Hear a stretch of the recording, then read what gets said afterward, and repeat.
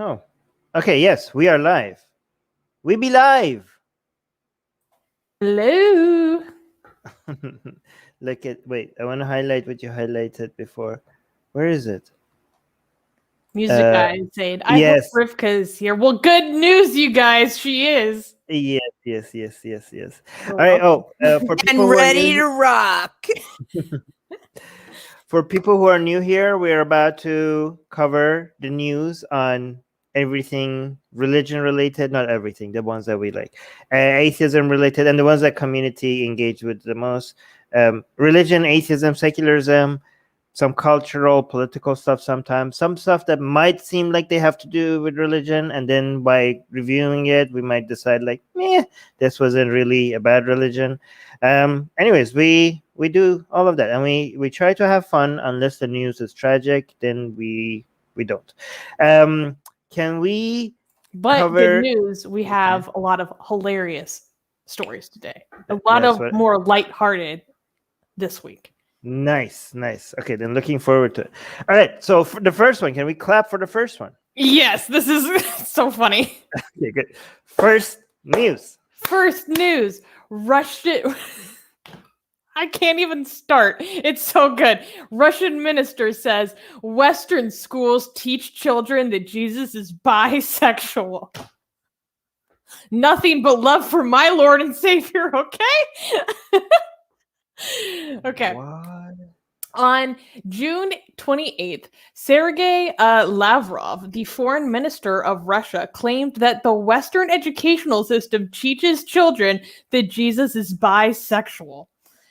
And also non-binary, actually, is something he claimed. He published an essay on the Ministry of Foreign Affairs website claiming students are being taught that Jesus was bisexual and non-binary.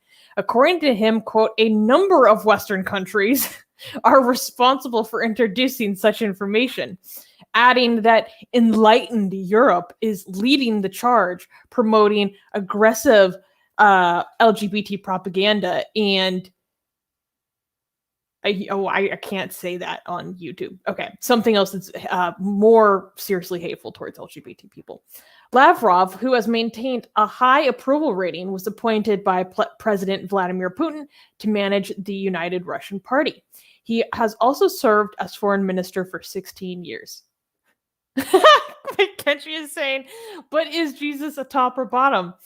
I bet he's a verse bottom. Oh my! Why? Okay, I have a question. How does this guy get his job? Like, first of all, what is he on about? Like, what is he even referring to? Like, first of all, are they actually teaching that Jesus is bi? Because that's pretty cool if they are. I don't understand. Well, he had other claims against, these Western cultures or enlightened Europe, because he was saying that they are boundlessly permissive and they're constantly encroaching on international laws and claiming that, the world's religions are under attack and the US is at the forefront of attacking religion, which Rivka and I were talking before the show about this. And Rivka, would you like to say what your comment on that was? Oh, yeah. When we were talking about the U.S., it's interesting because the U.S. of the Western countries is the oddball because it's so much more religious than so many other Western countries. So that's really just interesting to me and silly. And he also was talking about this, like what he called boundless permissiveness. And, things that were bordering on encroaching on international laws. I don't know what international laws he's referring to at all. And also including the very nature of humanity. So he's really making these hyperbolic claims. No, I mean homophobic. Extremely homophobic, but also hyperbolic that, they're pushing the boundaries of humanity. There's international laws. But what's interesting is people were talking about the sources for this. And there's been many that were cited as the root of it. But one of them is this particular TikTok video of this Australian mother who is apparently listening in on her children having a little conversation.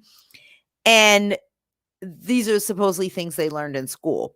And the girls, or the children are saying, they can be heard in the videos, concluding between the two them that Jesus is bisexual because he loves everyone. And Sound logic. And he is non-binary because he is a man who wears a dress. Wait, these are children's Yeah. sort of understanding of it, which I think is interesting. But I don't know if that's the source, but that's something that people were talking about potentially as to where he got this, you know, distilled down to this craziness that, you know, who knew Jesus went either way for a box of chocolates.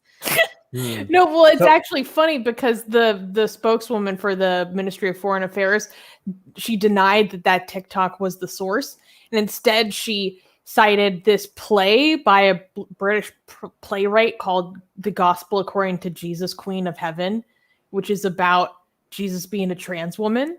So I think that's what they're talking about. But so he doesn't even understand the difference between bisexuality and gender identity and stuff like that. I think, though, what he's trying to say is really the way that in some Western societies there's a level of free expression that allows people to make art or jokes or, you know, or write novels that push the boundaries of what people think is either acceptable or traditional. And I think that's sort of where he's going with this boundless permissiveness, that there have to be some, you know, box that you can't step out of, because this play is like that, you know, that it's a piece of art that imagines this particular type of lifestyle for a figure. And it doesn't necessarily even have to be Jesus. I mean, there's many ones. And there were other movies that got into the same kind of, you know, criticism that envisioned different things for Jesus. You know, a movie where he was involved with Mary Magdalene, or a movie where he's questioning God. You know, there's all these things. And so I think that, yeah, that the play for sure, but also I think I just thought that TikTok video was interesting, because isn't that what they always say about him? He loves everybody, and, you know. Can you read this? Read this. No, he didn't say, but this is a great comment from Katie. Just chef's kiss. Katie is saying Jesus is surely a masochist. Like, come on, his kink involves getting whipped by a guy dressed as a Roman centurion. I mean, no insult to Jesus, no kink shaming. That's fine if you're into that, right? But if you are into kinks like that, don't try to sell it as saving humanity, okay? Just admit to everybody that this is what you want and you enjoy it. You don't have to misrepresent what you're actually doing. Anyways, go ahead. Save us all the headache, okay? And admit that you just like what you like. And it's okay. We're here for it. We're supportive. Oh man. Well, you know what? This actually, to me, echoes a lot of Russia's, you know, infamous bans or laws against what they call like homosexual propaganda, which is basically their way of completely obliterating any queer representation, or actually like committing queer erasure, like on a state level, by not permitting like just education about issues that the LGBT community faces, or maybe advertising resources available to them. It's promoted homophobia to a very violent and deadly degree in Russia. And I think this is one manifestation of that. I mean, there's like two things. One, it's like an anti-Western sentiment, obviously, but then part of what's coming into this is like this defense of the religious, saying like, well, these like Westerners, they're so crazy that they're coming after what you hold most sacred in this way. Look at how they're trying to denigrate it. Look at what they're even telling their children, this twisted thing. Can you believe it? So it's like a defense of the sacred to promote anti-Western sentiment. That's how I'm seeing this. Oh, yeah, for sure.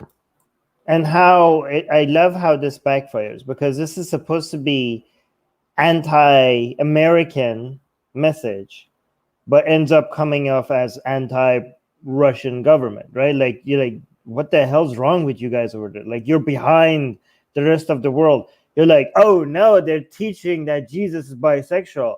Like, they're seeing that bisexuality as an insult, right? So like, oh my God, they're teaching dangerous.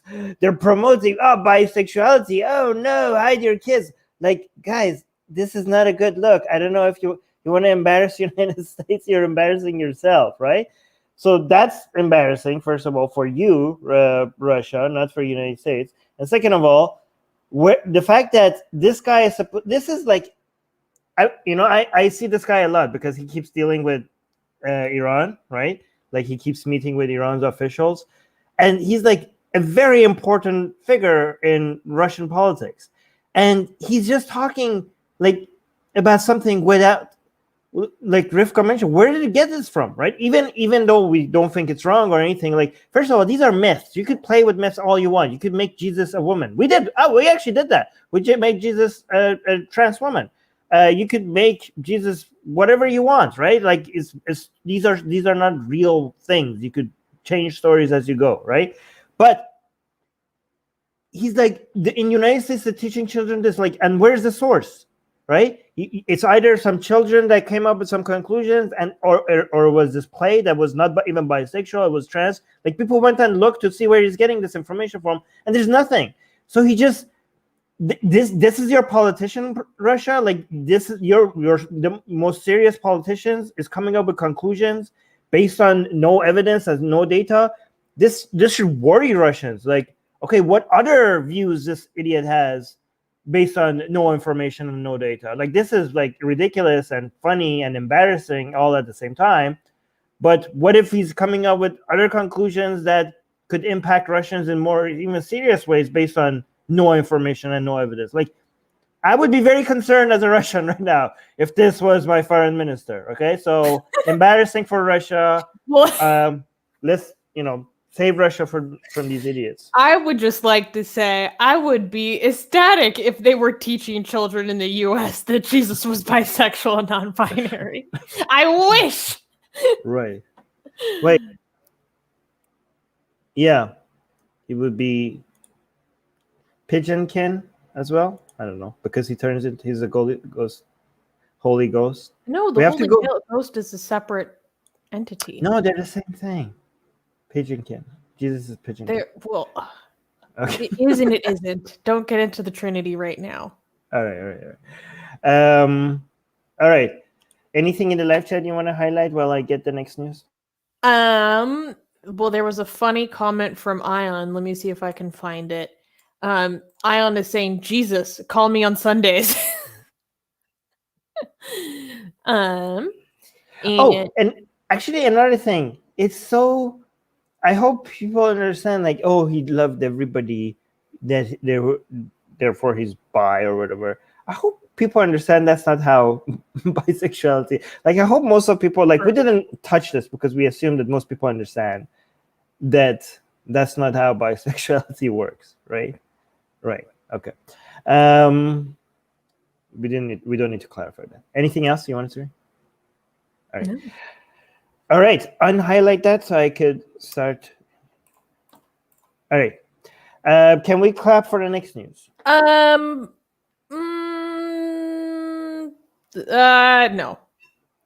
Okay. Next news. Moroccan sentenced to 3.5 years in jail for insulting Islam on Facebook. A 23-year-old Moroccan-Italian woman was arrested in the Rabat Saleh airport in Rabat, Morocco in May 2021 after returning from France. She was charged with insulting Islam on a Facebook post she made in 2019. People on social media were quick to defend the woman, highlighting her right to criticize ideas or intellectual criticism. At the same time, many people heavily criticized her for insulting Islam. Morocco's Penal Code, Article 2675, prescribes a penalty with a sentence of 6 months or up to 2 years in prison. On June 28th, the woman was sentenced to 3 3 years and 6 months in jail with a fine of almost $6,000. Wow.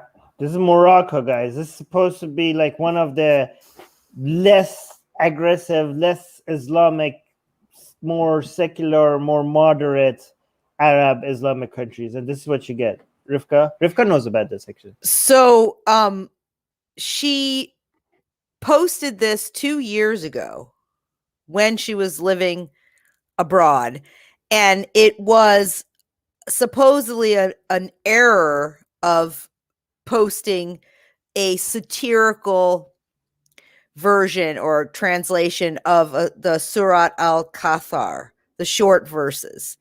And apparently she changed the name to something allegedly provocative. And so she was arrested when she got back off the plane from France. And these charges were brought by an Islamic society or group within Morocco and against her. And according to her father, she didn't know what she was doing. She doesn't read Arabic. It was an error.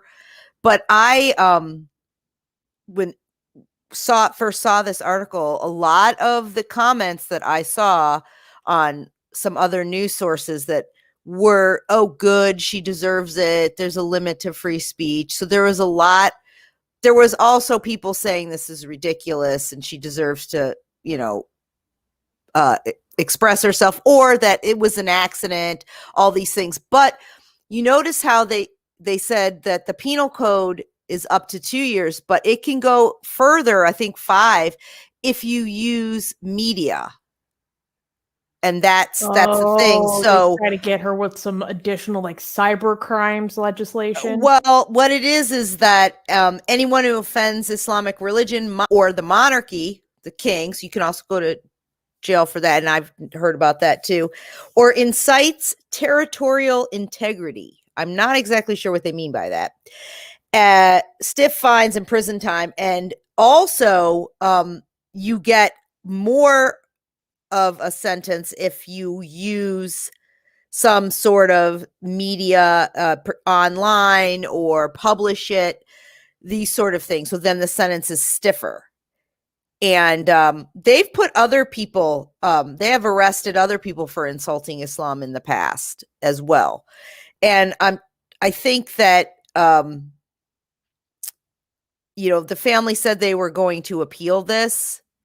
So we'll see if what happens at that point. But her father is saying, she's completely broken up. They've ruined her future.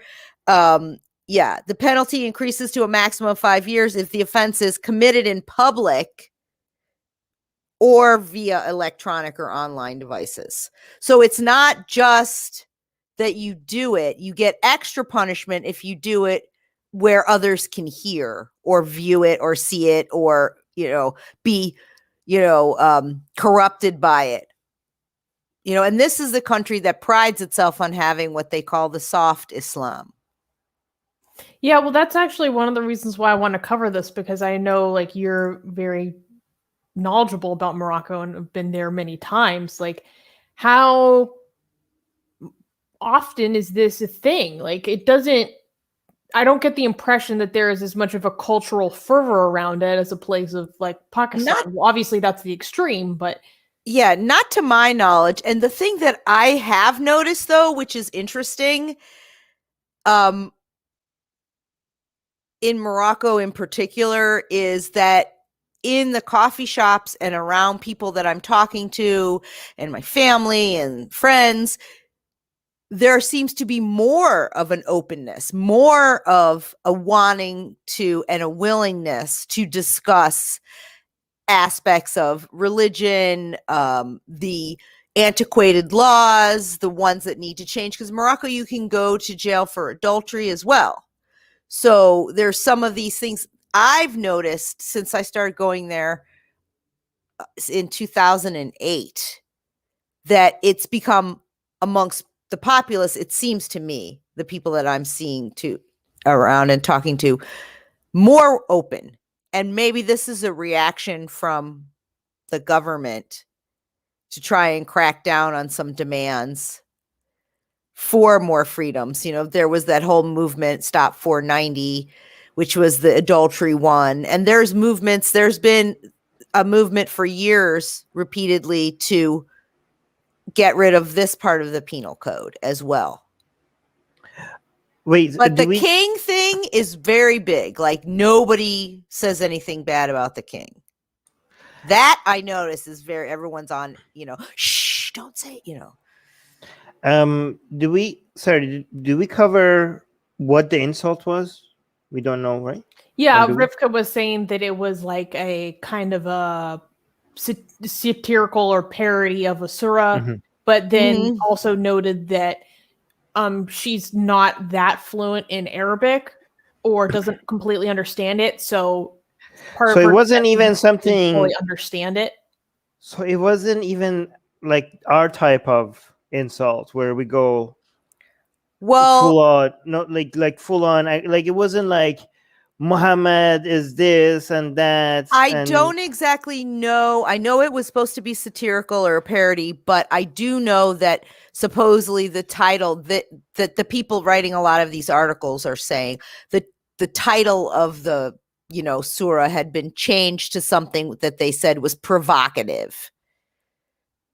So there may have been whomever actually wrote it, or what she thought she was right. There may have been an intent to be provocative if someone else wrote it and she didn't understand it and reposted it. Yeah, it's they are going to appeal or try to appeal the sentencing. She's Moroccan Italian. I don't know what the status of her citizenship or alliance legal affiliation to each country would be, but I'm hoping that if she does have an Italian citizenship, then the Italian government could hopefully advocate on her behalf. Which is again shows like how unvaluable your Moroccan citizenship would be. Like Italians should, like, if she is a dual citizen, I hope like Italy could come and show how much more valuable their citizenship is compared to a Moroccan citizenship. I do want to address this really quickly. Dia saying this is really sad. Facebook used to be a place for people to connect, now a place for people to get arrested. This has nothing to do with this has nothing to do with Facebook. This could have this has nothing. It just happened to be on Facebook. Like, this is Moroccan government issue, not a Facebook issue right now. Like, Facebook did not cooperate or anything with Moroccan. Like this, if she posted this publicly anywhere, it would have probably had the same results, right? Like, so I don't think this is a Facebook issue. Rivka, go on. So I'm just looking up some more of this, trying to answer your question. And there is one article that is an Italian news, and they say, and I don't know how true this is because they got one detail wrong that everybody else had, but that the parody was in praise of alcohol. Like, it was a Quranic verse that had been parodied to be in praise of alcohol. Wait, isn't that the same one that Abdullah Samirano made about whiskey? Like, made a Quranic verse that like sounded like a Quranic surah, but it was actually like about whiskey. I think that's the one that she might have. Rivka, I don't know if you know that you're muted, but I think that's the one that she must have shared then, because there is one. Rivka, it's Surah Al-Kathar, Kawthar. I'm not sure how you would say that. Yeah, but that's what they're saying there. So whatever that might mean or doesn't mean, if you speak my Arabic. Is it kafir, like as in unbeliever? It doesn't. I don't know. This is according to the article. That was the surah that they were making fun of. Anyways, I just Googled surah whiskey, and there's one article that says surah al whiskey leads to a girl in prison in Morocco. It is that one. It could be. It could be that one. See, I knew. Well, we're not sure, but if it is true, then I knew it. Yeah, but that's such an innocent, like, oh my god, insulting Islam. Oh, such crybabies. Like this is like not even that big of an God damn it! Like, wow, I wonder what happens to me if I go to Morocco. Like, if you consider that to be an insult, jeez, goddamn, chill. Well, you're not a chill. Moroccan citizen. I think that's where they feel like they can Right. if you're a citizen of Morocco, they would just then deport me. Yes. or they would just ignore it because you're not. People always will say, well, you're not from here, you don't have to abide by some of these I do rules. think they would deport me. I don't think I would go to jail or anything. I think they would just deport me. Yeah, Like, maybe. I mean, UAE did that in Dubai. They deported people. People who were working there, like people who have had residency. And there was a chef who was deported from UAE for his views on Islam. But yeah, they don't get prison or anything like that. But anyways, I just found what she posted. Like, people are referencing this as the offending post. But maybe someone, if you know Arabic, you can tell us in the comments or the live chat if this is actually the Whiskey Surah. Wait, actually, Rivka is bringing up a very interesting point, because there's a verse in the Quran. No, bring that back up. I was going to talk about that. There's a verse in the Quran specifically challenging everybody to bring verses like the Quran, like even a single verse, right? And this is Allah challenging humans to be like, if you think that the Quran is not a miracle, then bring something like it. Like, well, they're just responding to the challenge, right? And like, so Ritsuko is saying, Islam says, I challenge you to make a surah or ayah similar to the ones in the Quran. Challenge accepted. Islam, blasphemy. Apostate Prophet had a video about this, right, about like the absurdity of the challenge of the Quran, because then there are prescriptions against like those who attempt the challenge. Like, right. I mean, okay, to be fair, other gods act the same way, right? Like Apollo, right? This guy was really good at music, and Apollo was butthurt over the fact that a mere mortal was challenging him in his music skills. So he challenged him to a competition, and the judges of the competition were Apollo's family. So rigged judging criteria and all that's completely biased. And obviously Apollo's family voted for him. And what did he do to the person on our side, the human that was so talented, for God to feel challenged? He flayed him. Apollo flayed him alive. Right? So it's just a God thing, guys. It's just a God thing. Like, they challenge you and you accept their challenge, and then they punish you for accepting the challenge. All right, go on. Suha is confirming that yes, this is the Whiskey Surah. Oh, okay. Thank you. Wait, so are you saying that Abdullah Samir created this parody? No. Abdullah Samir was responsible for making it go viral and all, I think. I'm not sure. Don't quote me on this. Yeah. All right.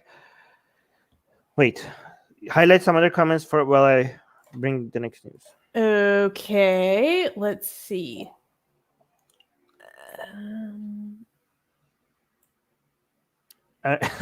Was this done in Georgia with the fiddle? Oh yeah, a lot of people. Then later Apollo went down to Georgia. Hey, maybe the whole idea of this devil like challenging somebody to a music deal, maybe that came from the Greek mythology from Apollo, right? Also Athena also challenged another mortal into weaving, right? Is that how you say it? I don't know. But every time a mortal thinks that they're better at something than gods, then the gods show up, and the consequences are not good for the mortals. It's a lesson in hubris. Yes. Well, it's a lesson in God's inability or to accept Authoritarian. Yeah, I would say tyranny. Could Anyways. be like a archetype to show people, like, look, this is how you don't act, or this is how people with power who are hypocrites act, or things like that. Sometimes that's what a lot of those stories are also kind of teaching. Right. All right. Can we clap for the next news? No. No. Next news. So this was big news in Pakistan last week.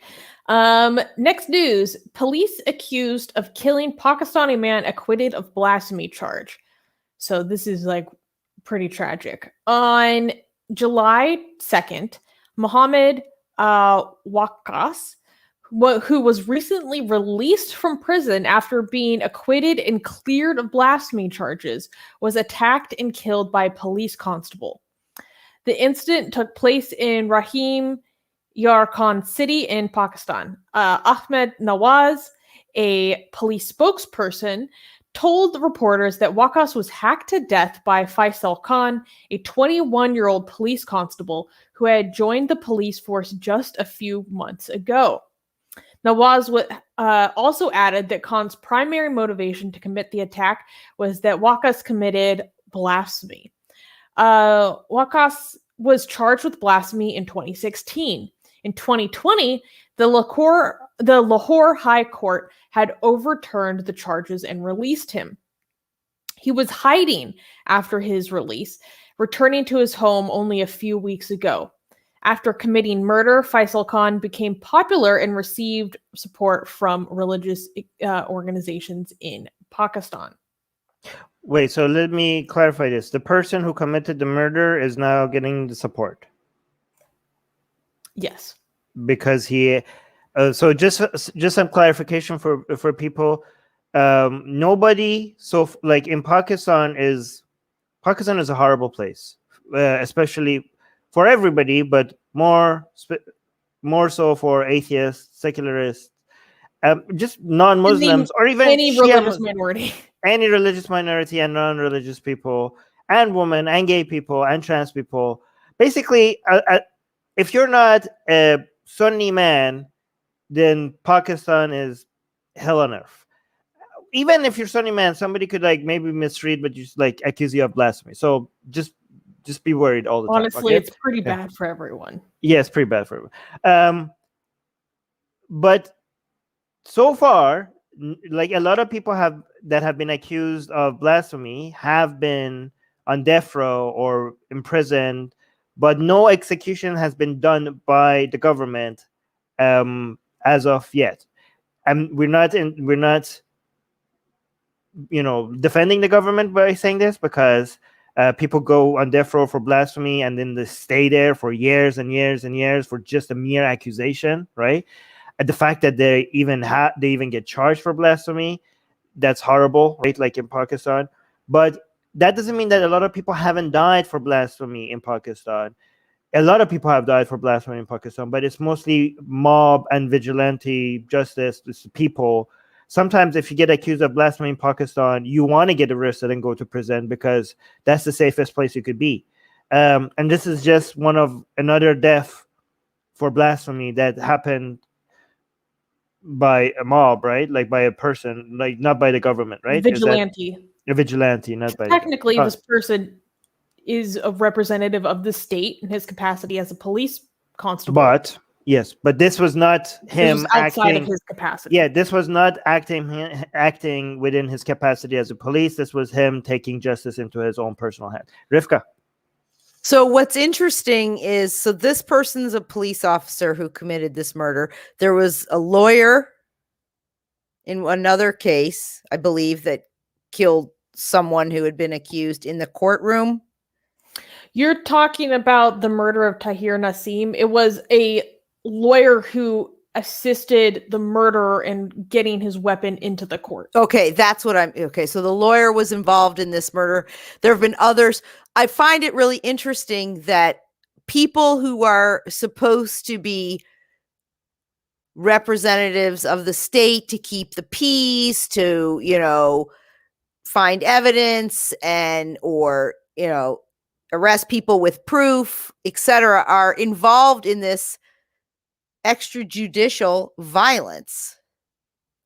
And it's as if it doesn't matter whether anyone's been executed by the state or anything. All that matters is the charge, and the end result is there's going to be some sort of vigilante justice. And so it's like the state doesn't have to execute anyone. All they do is have to keep people amped up on this, and the mob will do it for them, or even the representatives of the institutions of the state, like police or lawyers or whatever. So, I would like to make a quick correction. I said that the murder of this man, his name is Faisal Khan. That's incorrect. Faisal Khan murdered Tahir Nassim this past summer. No, or maybe within the past year. So the name of the murder of Mohammed Wakas, I haven't been able to find. So I just wanted to make that quick correction that that was a different person who committed that murder. by the way, I don't blame people for thinking like we're talking about other cases that we covered, because these are sounding, this is happening so much in Pakistan that they just sound so similar, right? Like, man gets arrested, accused of blasphemy, man gets released, man goes in hiding, man stops going into hiding, man gets murdered by mob. The person that did the murdering is then celebrated by the religious community. Sometimes the person that did the murdering of the person who was accused of blasphemy, either the government goes after them and becomes an even bigger hero among Muslims, or the government doesn't go after them because they are scared of the religious mob, and which encourages more people to take justice into their own hand in the future as well. Also, another version of the story, which is repeat, is that man or woman gets accused of blasphemy, goes to prison, there's no evidence, gets released, tries to get out of the country because they know now that they have been accused of blasphemy, Pakistan is the most dangerous place to be. Sometimes they don't leave the country and get murdered or live the rest of their lives in fear, or they get away and now the people are like, oh, you think you got away? Well, you didn't take your entire family with you, did you? So they go and target his or her family to make sure that even if you're outside of Pakistan, you still are living in your own personal hell, because you now know that you have made life hell for the people you love back in Pakistan. Amazing. Oh my God. So yeah, there's a comment here. I want to let's read this one. And then there was another one. Ritsuko is saying, what kind of society celebrates murderers and hails them as heroes? Pakistan is a very sick place where humanity goes to die. Well, I disagree. There are tons of amazing people in Pakistan. Yeah, let's also highlight the activists, because guys, the fact that Pakistan is such a hellhole means that the people who are fighting there,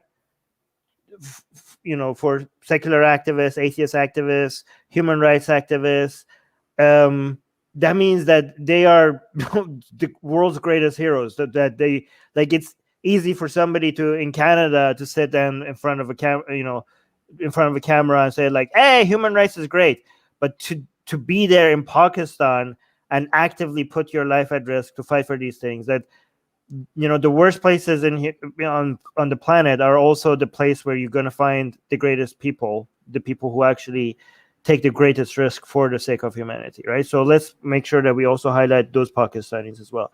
Well, yeah, and I mean, I also just talked to so many people, particularly young people who live in Pakistan, and like they have such a desire for such a better society. Like they want Pakistan to be a much safer place. They want it to be a more tolerant place, like because they have such a love for the people around them and their communities. Like they value, education and skepticism and science, and have such a passion for, like, some of the most passionate people towards those subjects that I've ever met, because it is something that they have such a thirst for in their own life. And so it's always important to highlight that this isn't representative of everyone that is there, but it is an endemic problem. Oh, and here Ritsuko is highlighting how these are often misused allegations. So don't like your boss, accuse him of blasphemy. Hate the that Christian or Hindu dude who doesn't bend to you, blasphemy. Want to see someone's house, blasphemy.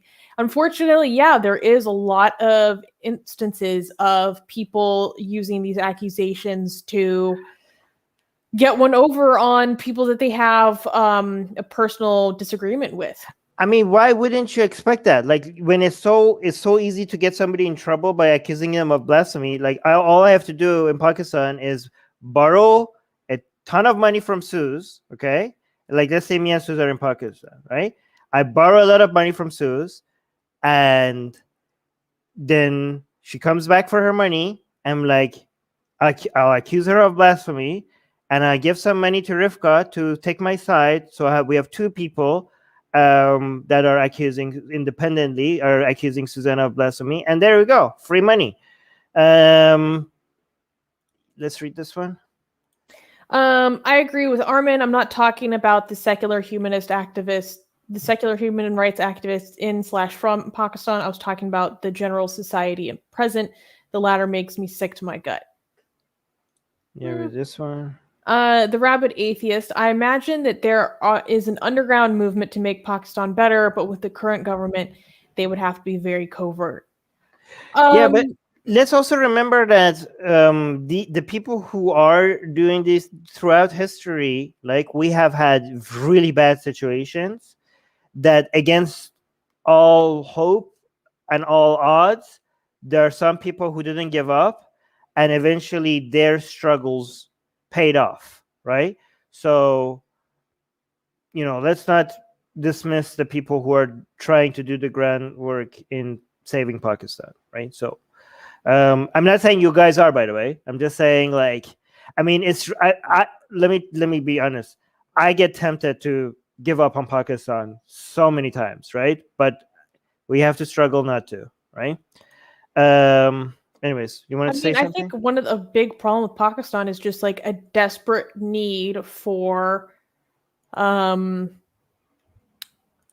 better civil infrastructure. If there was better civil infrastructure to support the population, there would be less of a need to depend on madrasas for welfare programs to help alleviate people's hunger and need for education and assistance with poverty, right? Like if there was more civil infrastructure for those things, a major pathway towards radicalization in Pakistan would be greatly cut, or people would be disincentivized from participating in it if they had more options. So we need... Sorry, that was kind of a rant because I was watching a documentary about Islamism in Pakistan recently. Rivka? Yeah, I mean, absolutely. I mean, I think it was Christopher Hitchens who said, the way to eradicate poverty is empowerment of women. He was quoting someone else, but yeah, I mean, when the economy is doing better, when people have more options, when the electricity doesn't have a blackout, when your kid can go to school, all these things, a lot of this resentment and anger towards your neighbors. I mean, it's a fact throughout history. When you look at, during the Inquisition, during the Salem witch trials, all these people were using it to gain resources or for vengeance or any of these things. But then when people do better, oftentimes some of that is mitigated. They say like a rising tide is raises all boats. So when you're doing well, there isn't as much of an incentive to covet or to blame or to look for a scapegoat, often through the government. And that's what I meant about the government doesn't have to do it. They get people to do it for them. So if people are worrying about the guy who, insulted Muhammad, they're not worrying about what the government is not doing for them or the money that they're stealing from them. That's a tactic. That's a very salient point, Rivka. It's a very... It distracts from criticizing the more powerful authority. It's the divide and conquer thing that people in power have been using for millennia. Yeah, it's so funny. So, when Armin popped out for a second, of course, people started the women takeover, but then Ian pops in with American imperialism. Hey, I like that more. And then Murtad Skeptic is saying, put women in power, and then the only man disappears. Did you guys just assume? No, never mind. That's old. All right. So let's clap for the next news, but not because we support it, but because it is not as depressing or unfortunate. We will clap without enthusiasm. Okay. All right. Next news. Next news. New survey finds 2 in 3 Indians oppose interfaith marriages. So I'll get into it in a second. A recent survey by the Pew Research Group shows that 2 in 3 Indians express strong opinions on interfaith marriages and would actively like to stop them. The survey result indicates that most Indians want to believe that India is tolerant of other religions while they oppose interfaith relationships. The survey involves 30,000 interviews with residents from most major faiths in 17 languages across 26 states of India. Around 67% of Hindus, 80% of Muslims, 59% of Sikhs, and 66% of Jains responded that women from their community marrying out of the faith must be stopped. The survey also shows that nearly 99% of Hindus, 98% of Muslims, 95% of Christians, and 97% of Buddhists share the same religion with their spouse. So this research is coming out of, or this data point is coming out of a big research survey that was just conducted by the very highly authoritative and credible Pew Research Group. And we're actually going to be covering a lot of other research that was uncovered from this survey in another story, because it's a huge survey of Indian opinions. I think one of the largest of its kind, especially on these types of questions. And there's a lot of different bits to be learned from everything that was gathered in this survey. And one of the points that is very interesting from all this recent research is that many Indians hold the belief that India is a very religiously tolerant country, while also holding the belief that women from their community shouldn't marry outside of their faith. Like, it's kind of like, oh yeah, we respect other religions, but we want to remain segregated amongst ourselves. It's a very interesting kind of dual belief about what Indian society is like. Rivka? Yeah, I think that kind of thing is often very common, is that as long as it's an abstract concept of tolerance and acceptance, or it's someone else doing, then it's good. We like it. We think we're, but when it affects you personally, then no, it's a different thing. So, and especially because of the whole issue of shame and honor culture in terms of controlling women, which then, reflects on the honor of the whole community or the religion or the parents. Yeah, everything has to stay within the boundaries of traditional for those. And I think it's really interesting that it's across the board. So it's not just one group is very anti-interfaith marriage. Every group is anti-interfaith marriage. Yeah, it's really interesting. So Katie had a few good points, saying this is a huge research survey, which honestly deserves its own stream, in my opinion. Yes, it's really fascinating. And I think a lot more news stories are going to come out about this as more people dig into the full report.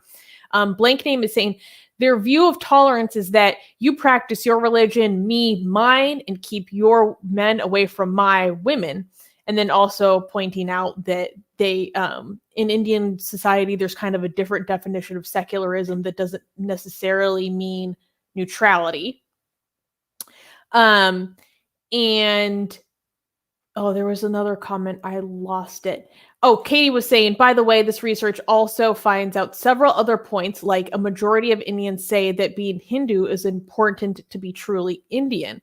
So that's very interesting as well. Obviously, that is an opinion that is probably, I would reckon, is most popular among BJP supporters, or very popular amongst that group.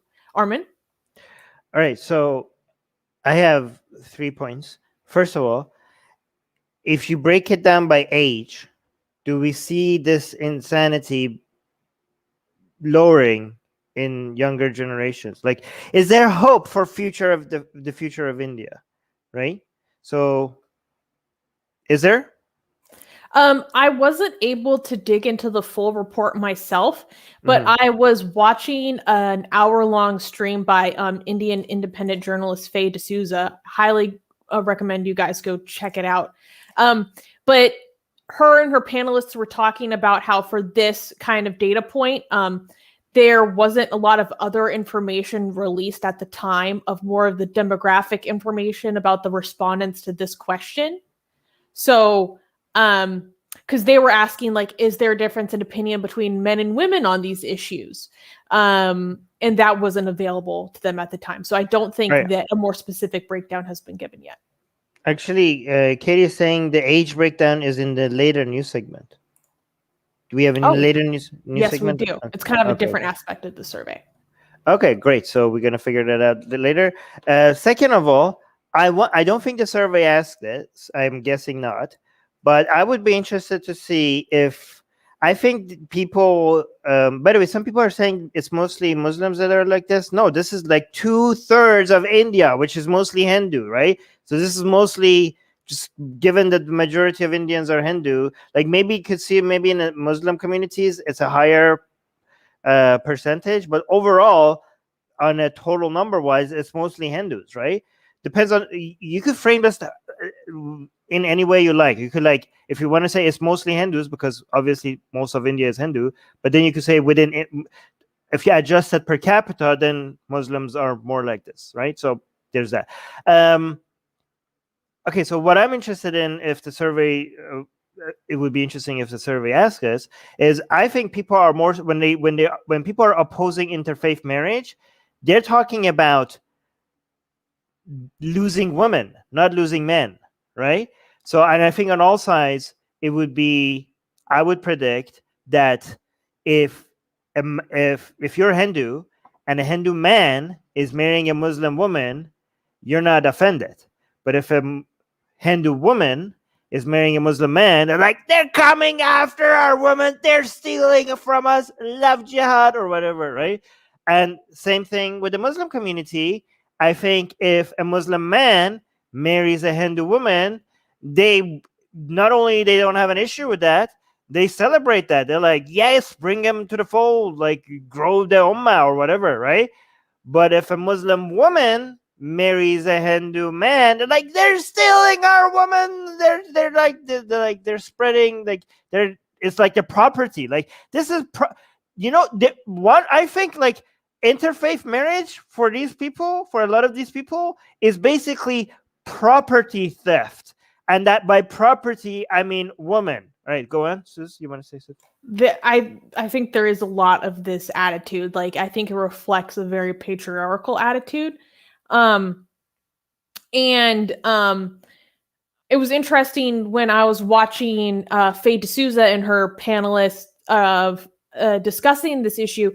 They were talking about how there can be many different Indias.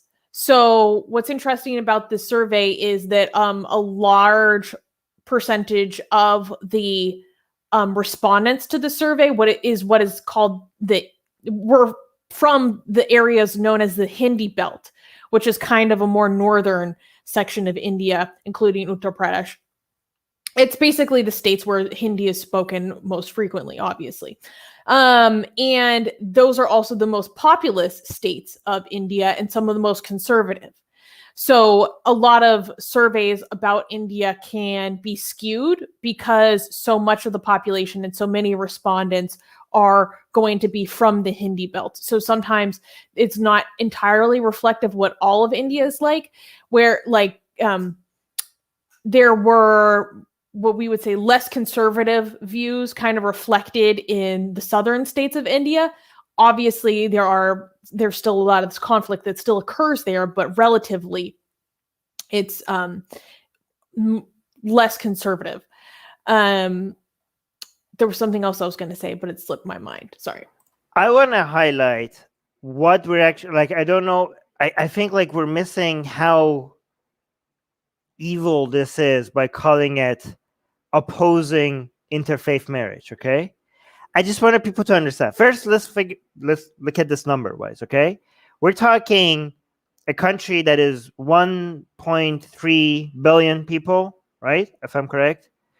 2/3 of that's like, more than 800 million people, right? There's more than 800 million people. What is their opinion? Their opinion is that two people in love that want to be together, their religion not being the same is irrelevant here. That they are opposing people who love each other and want to be with each other. Their religion is grounds for them to oppose it. These people are anti-love. Like, this is, guys, if this doesn't show you the harm of religion, I don't know what does. People are taking position against love. like if you guys, religion is evil like this, and we're talking about 850 million people that think this way. And don't tell me this has nothing to do with religion. It doesn't get more about religion. It says interfaith. It's in the opposed interfaith. Its faith is in the viewpoint. Like, this is religion. Rivka. So, yeah, I think your point is really valid because it very much is about religion. But I think it's more than opposing love. It's even more about the potential kids. That's what most people are worried about when it comes to that. And I've noticed that a lot of people also all over who may not be that religious of a person somehow feel like it's so important that once you have kids, you have to pass this on, that, it has to keep going. And so it's very much specific to marriage because of the potential of children. And they don't want the children, not just against the love, but they also don't want the children to be raised with another way of being or another family or another set of ideas. Yeah, just to be clear, I know their reasoning is not that. So I want to clarify my point here, okay? Obviously, they're not going to be like, we hate love, right? They're going to have whatever religious mumbo jumbo reasoning that they have, like whether it's children, whether it's like they're stealing our woman or whatever.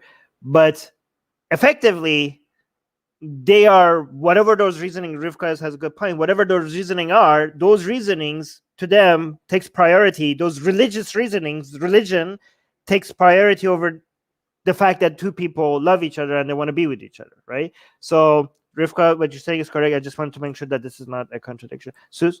I remember Rivka is muted. Yeah, go. I remembered the points that I wanted to make. So you were talking about the differences in attitudes if it was a man marrying outside of the religion versus a woman marrying outside of the religion.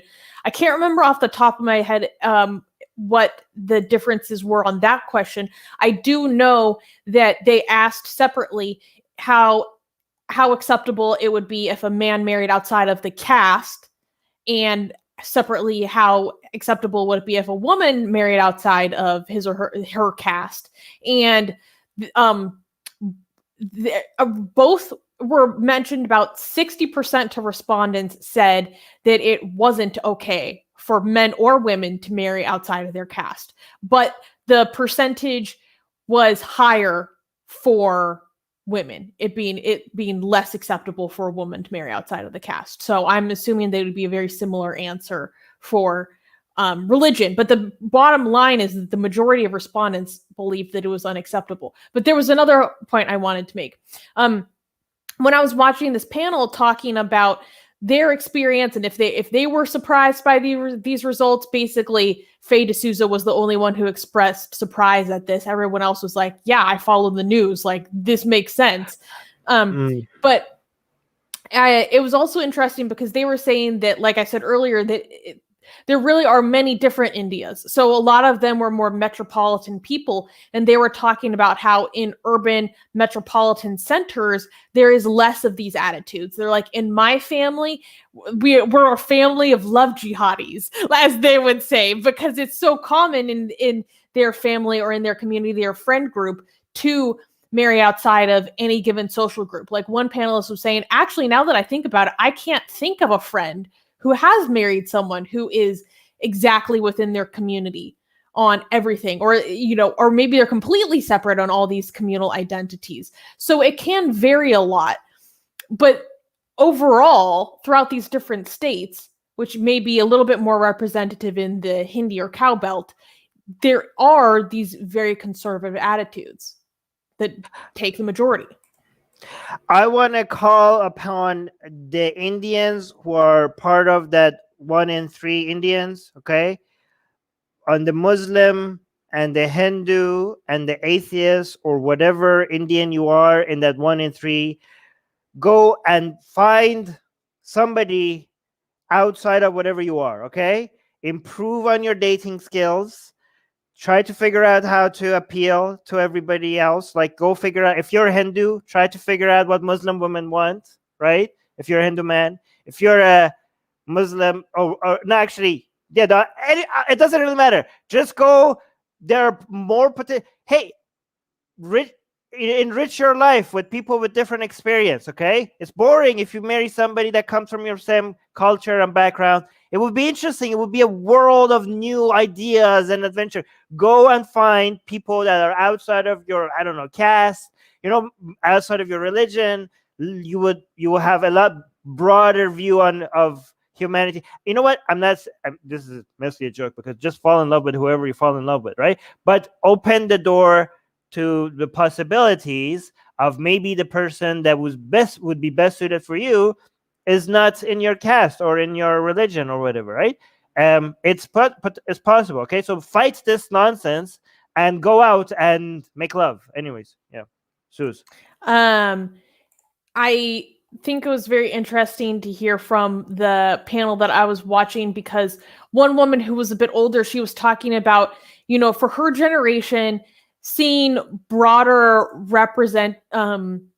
representation across social groups in Indian media and also just in her community was much more common. And she's saying nowadays, like, you don't see representation, you know, like Muslim protagonists on TV very often, or you don't see interfaith, intercaste relationships in popular media. And she was saying, you know, there's the stereotype for love jihad of Muslim men being these like very seductive characters, like they have something about them that is just like a dolly. You know, they just cast a spell on these women. And she was saying, you know, that's actually not a new idea. That was around when I was younger, but you know, it's gained such popularity recently. It's accelerated. It's on steroids now. This demonization of the Muslim man, like, so that seems like a compliment. Like, these people are so good at picking women. Hey, I know, right? these Muslims, they're so attractive. The Hindu women are just like falling over for them. Is this like a major confidence boost to like Muslim men? Like, I don't understand. Like, maybe like here's what I suggest. This should bring peace in India between Hindu men and Muslim men, right? Get all the Muslim men to put classes and for Hindu men on what they're doing wrong, right? So instead of attack the Hindu men in India, instead of attacking Muslim men, go ask them, like, what's your secret? How are you attracting all these Hindu women? Like, show us the way. Like, and then maybe pay them. Then this will bring peace and unity between Muslims and Hindu. Have seminars and classes, and you have one Muslim man, like, you know, when you meet a Hindu woman, right? Don't ask for bobs and vagines on the first date, okay? Maybe bobs and vagines maybe come on the third or fourth date. Like, that's not how you do it, okay? Like, there will be, this should be a thing. This should be a thing. I think this will solve everything in India. Go on.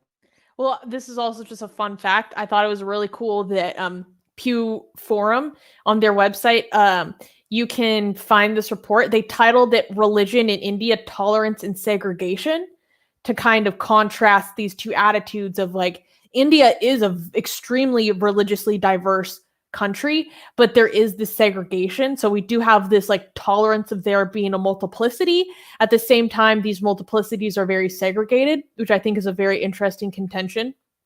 But what I wanted to say was, I thought this was really cool for Pew to do. They released this report in 5 different Indian languages. So people can read this report in their own language. They don't have to read it in Hindi. They don't have to read it in English. Wow. They have a wide variety of options for people in India to read this research. So we're going to talk about more findings from this report later in the news. And I want to read this report in full myself. It's quite hefty. It's over 200 pages long. But wait, this is very important information. And I have a very interesting question. I mean, all my questions are interesting. Oh, yes. What's the support for gay marriage? What's the percentage of support for gay marriage in India? I don't know if that was covered in this report. Because I wonder if there are people in India that say, like, I support gay marriage. Just make sure it's in the same caste and religion.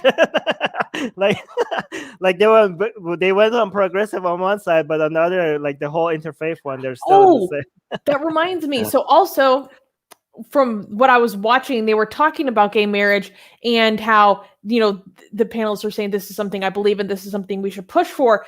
But actually, when tackling the issue of gay marriage, Indian society needs to look within itself and say that, in a way, that's kind of an ideal that we should be working towards, because it speaks more towards a love marriage.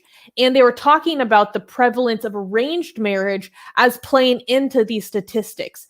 Meaning, like, a lot of the reason why we see such, across all these different religious groups, such stringent segregation in interfaith marriage is that people are having arranged marriages, and arranged marriages are going to be within their own communities. That's just kind of how it works. And so that being such a common cultural institution within Indian society is a large factor in statistics like these. This is where we see the fruit of it. And that love marriage should be more popularized and celebrated. But speaking of celebrating love marriage, interfaith marriage, intercaste marriage in India, I want to give you guys a plug for something really awesome and positive. So there is this Instagram called, I think it's India Love Project. And it's an Instagram that is dedicated to celebrating posts of all these very diverse marriages in India. And I would like to credit, yes, it's called India Love Project. And I would like to credit our Indian lawyer, Bubble, we call her, for telling me about this. But it's this beautiful Instagram where each post profiles a couple, and it talks about how okay, just a second. They have different religious or cultural identities, and how they came to fall in love. And yeah, so at India Love Project, and it's called Love and Marriage Outside the Shackles of Faith, Caste, Ethnicity, and Gender. Wow. It's so awesome. Sometimes I read some of these stories and they make me tear up because they're just so cute. But it's people talking about how, they have gay couples too. Wow. You know, people finding love and them being challenged by how they were challenged by their community, maybe for their nationality, maybe for their faith, maybe for their caste, but how They shared their stories of how they got their community to accept them. They shared their stories of managing cultural differences in relationships, in marriages, how they stayed together, how you can be happy in an intercaste, interfaith marriage. It's like one of the most positive things on Instagram. And it really promotes, I think, one of the most beautiful sides of India. And I think it was partially started to combat this narrative that this isn't something that's okay. And it's become a huge community for people who have non-normative, quote unquote, marriages to talk and share experiences with each other and support each other through the difficulties that they may face.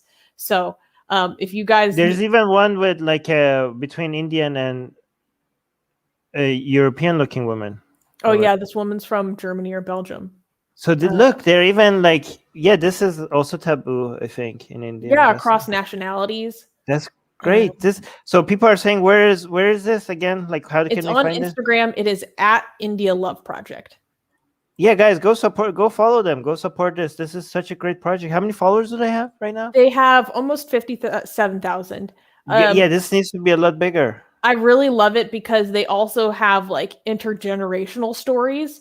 So they share the stories of their parents' interfaith marriage, or they share the stories of their grandparents' intercaste marriage and how that informed the generations that followed, and how, India isn't in many ways, it isn't as rigid as these current social norms or attitudes may lead you to believe. Like there is, a history of families having, being full of love jihadis, and everyone has different food that they bring to events, and, it's okay. Like this actually is, a part of India. It's a beautiful part of India. Yeah, actually, very good point, because a lot of people who are like, love jihad, Muslim men are coming for a woman. A lot of what you're seeing, a lot of the beautiful images that you're seeing here, a lot of people in India will describe this as love jihad, right? So when they're trying to scare you about love jihad, and they have like examples mostly from Pakistan, from legitimate like horrible crimes that some people have committed, they use those victims as a way to scare you, not about similar acts. They try to scare you about this is what they're afraid of, right? So imagine being against this. Imagine being against, like, again, look in the mirror if you're against stuff like this, and we're like, are we the baddies, right? If you are part of the community that wants to go, and like the mob that shows up at weddings like this, and they try to break it apart, or like if you go and find Hindu women that married Muslim men and you want to harass them, and if this is what you're against, then you seriously have to like reevaluate like what you're about and who you are. Like you are on the wrong side of history, and you would be shamed by future generations of your own country. Anyways, my favorite is when they share pictures of their grandparents, and then like you see them, they share like their marriage photos and then a picture of them nowadays, and they're just like, they've been together for like 57 years, like it's just so cute. This is, whenever I see a post from India Love Project on my Instagram feed, it just like makes my day so much better. This was a great share, Suze. Thank you for sharing this. This was like so, like this news was so bad. We needed something like this. Yeah, I mean, it really like challenges the narrative both inside of and outside of India. This is a very what's the word I'm looking for? Like it's wholesome and good and nice. It is all of those things, definitely. All right. Can we clap for the next news? Yes. Hold on. Oh, wait. Let's read one more thing. Vlad is saying, my grand uncle was discharged from the Indian Navy because he married an Italian woman. Oh, wow. What? Weird. All right. Next news. Canada's Indigenous to meet Pope Francis and amid demand for apology. in Canada, amidst escalating calls for the Roman Catholic Church to apologize for their role in the cultural genocide of Canada's native peoples, the current pontiff has agreed to meet with representatives from the affected communities.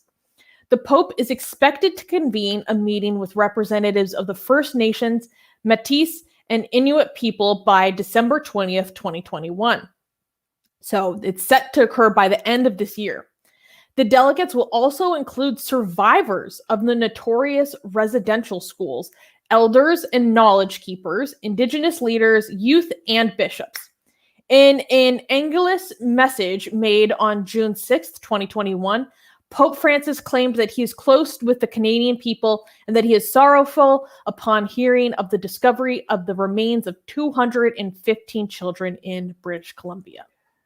Why? I don't get it. Why don't they just apologize? Like, what's the holdup? Like, why do you have to, like, okay, fine, meet with them, that's all that, but why do you have to, like, wait for the meeting? Like, can somebody explain to me the holdup when it comes to the apology? Like, even if you're like a leader of a desperate, irrelevant, morally bankrupt, or institution, and you're only thinking about strategically staying in power and all.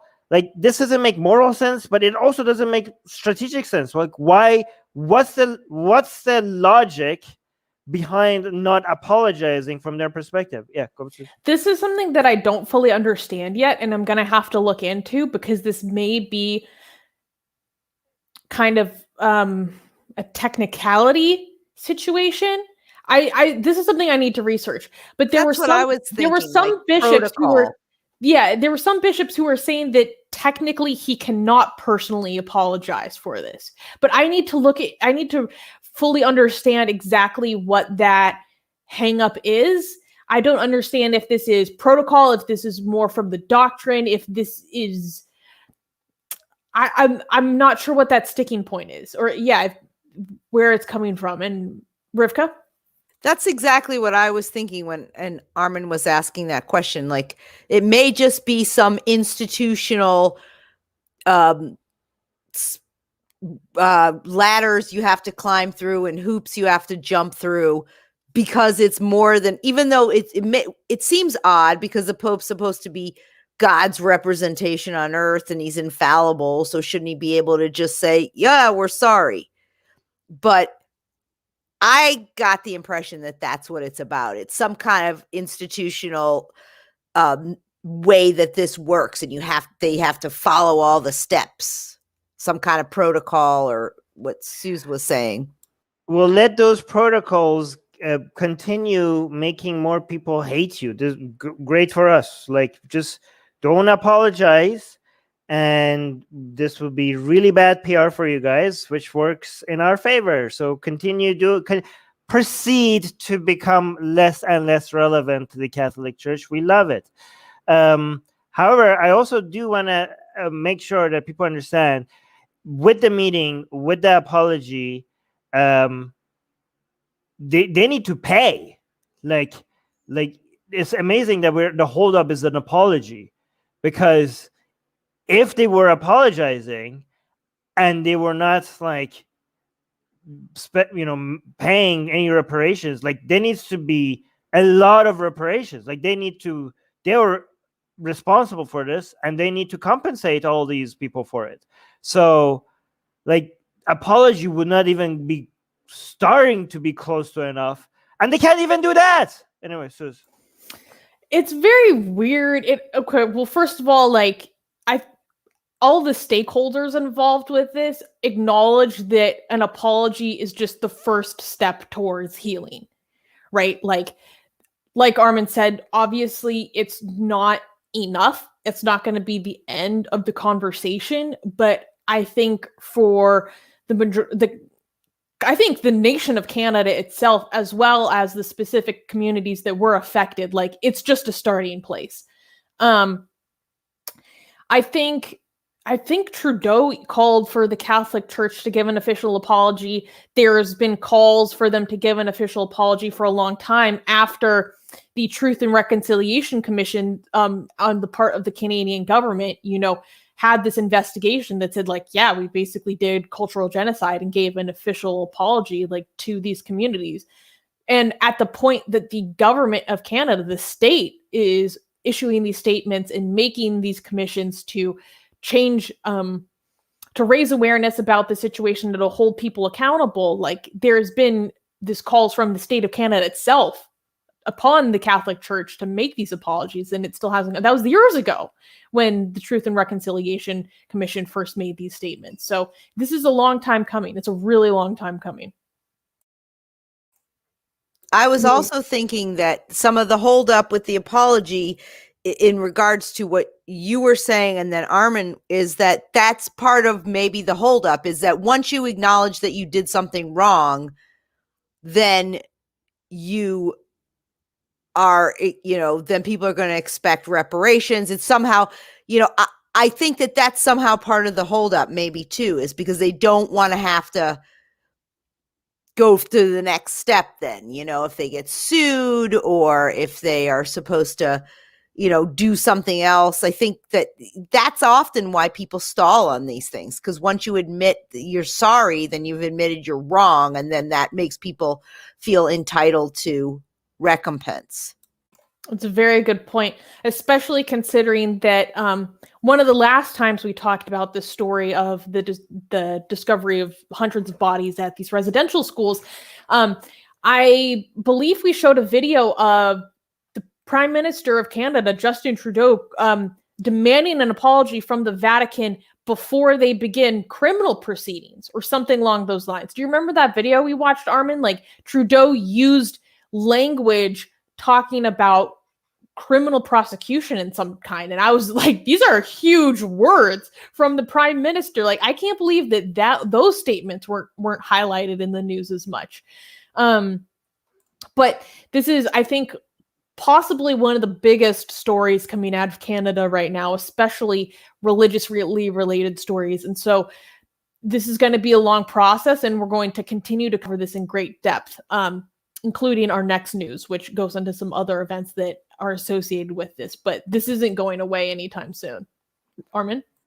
I just want to remind people about how a lot of people in Europe and North America have a concern about creeping Sharia, foreign investment in mosque, spreading dangerous ideologies, and governments needing to step up and take an action against it, right?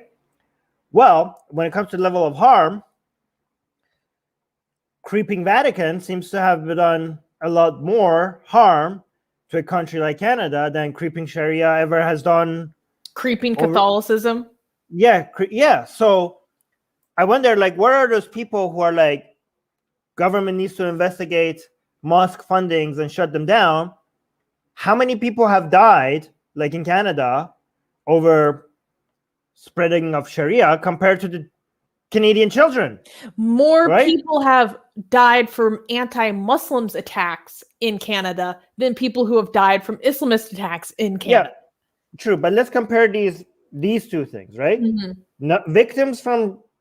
Number of victims from Sharia in Canada, number of victims from Catholic doctrine in Canada, a lot more from the Catholic doctrine. So shouldn't the people who are saying, like, close down these mosques and stop the foreign funding, they should close down the Catholic Church?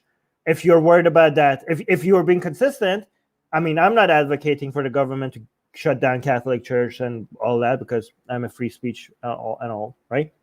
But if you are being consistent, you would be like, this is a foreign sourcing that is coming from outside of Canada to Canada, and we have had already enough victims for it to justify shutting down all the churches, right? If you were being consistent, right, this would be much higher in your priority in shutting down than mosques, right? Again, I'm not in favor of supporting mosques. I would my ideology would be the government should stay away from meddling in people's ideologies and all that. You can sue them though for damages and stuff, but you shouldn't be able to, like, decide who gets to say what. However, the people who do advocate such things, they're not very consistent with it. But anyways.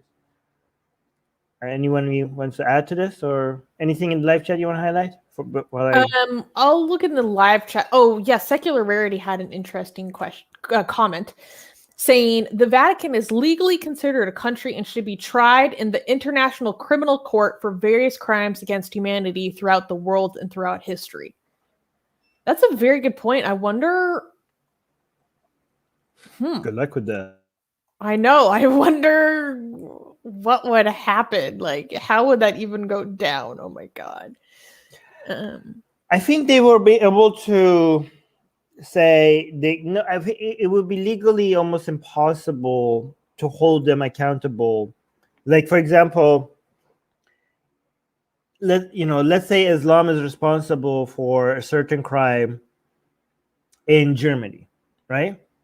You're not going to be able to criminally or charge the mosque that this person prayed in or got their ideology from. You wouldn't even be able to sue them civilly as well, right?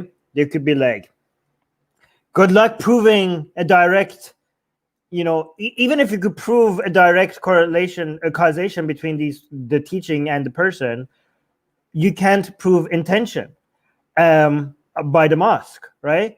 So, like, the standards of what is accepted in a court of law for, like, even in a civil court, you're not going to be able to get anywhere because there's no causation, and if there was causation, it's just so loose. The causation is so many degrees of separation that it's not going to stand in court.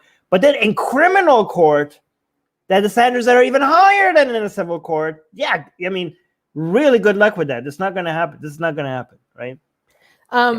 It's also interesting on that very point because one of the residential schools where hundreds of these unmarked graves were found was operating as late as the 1970s, right? So, and then there were other residential schools, whether operated by governments or operated by religious entities, that were running as late as 1996 or 97.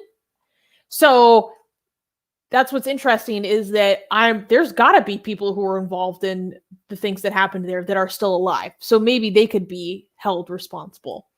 Rivka?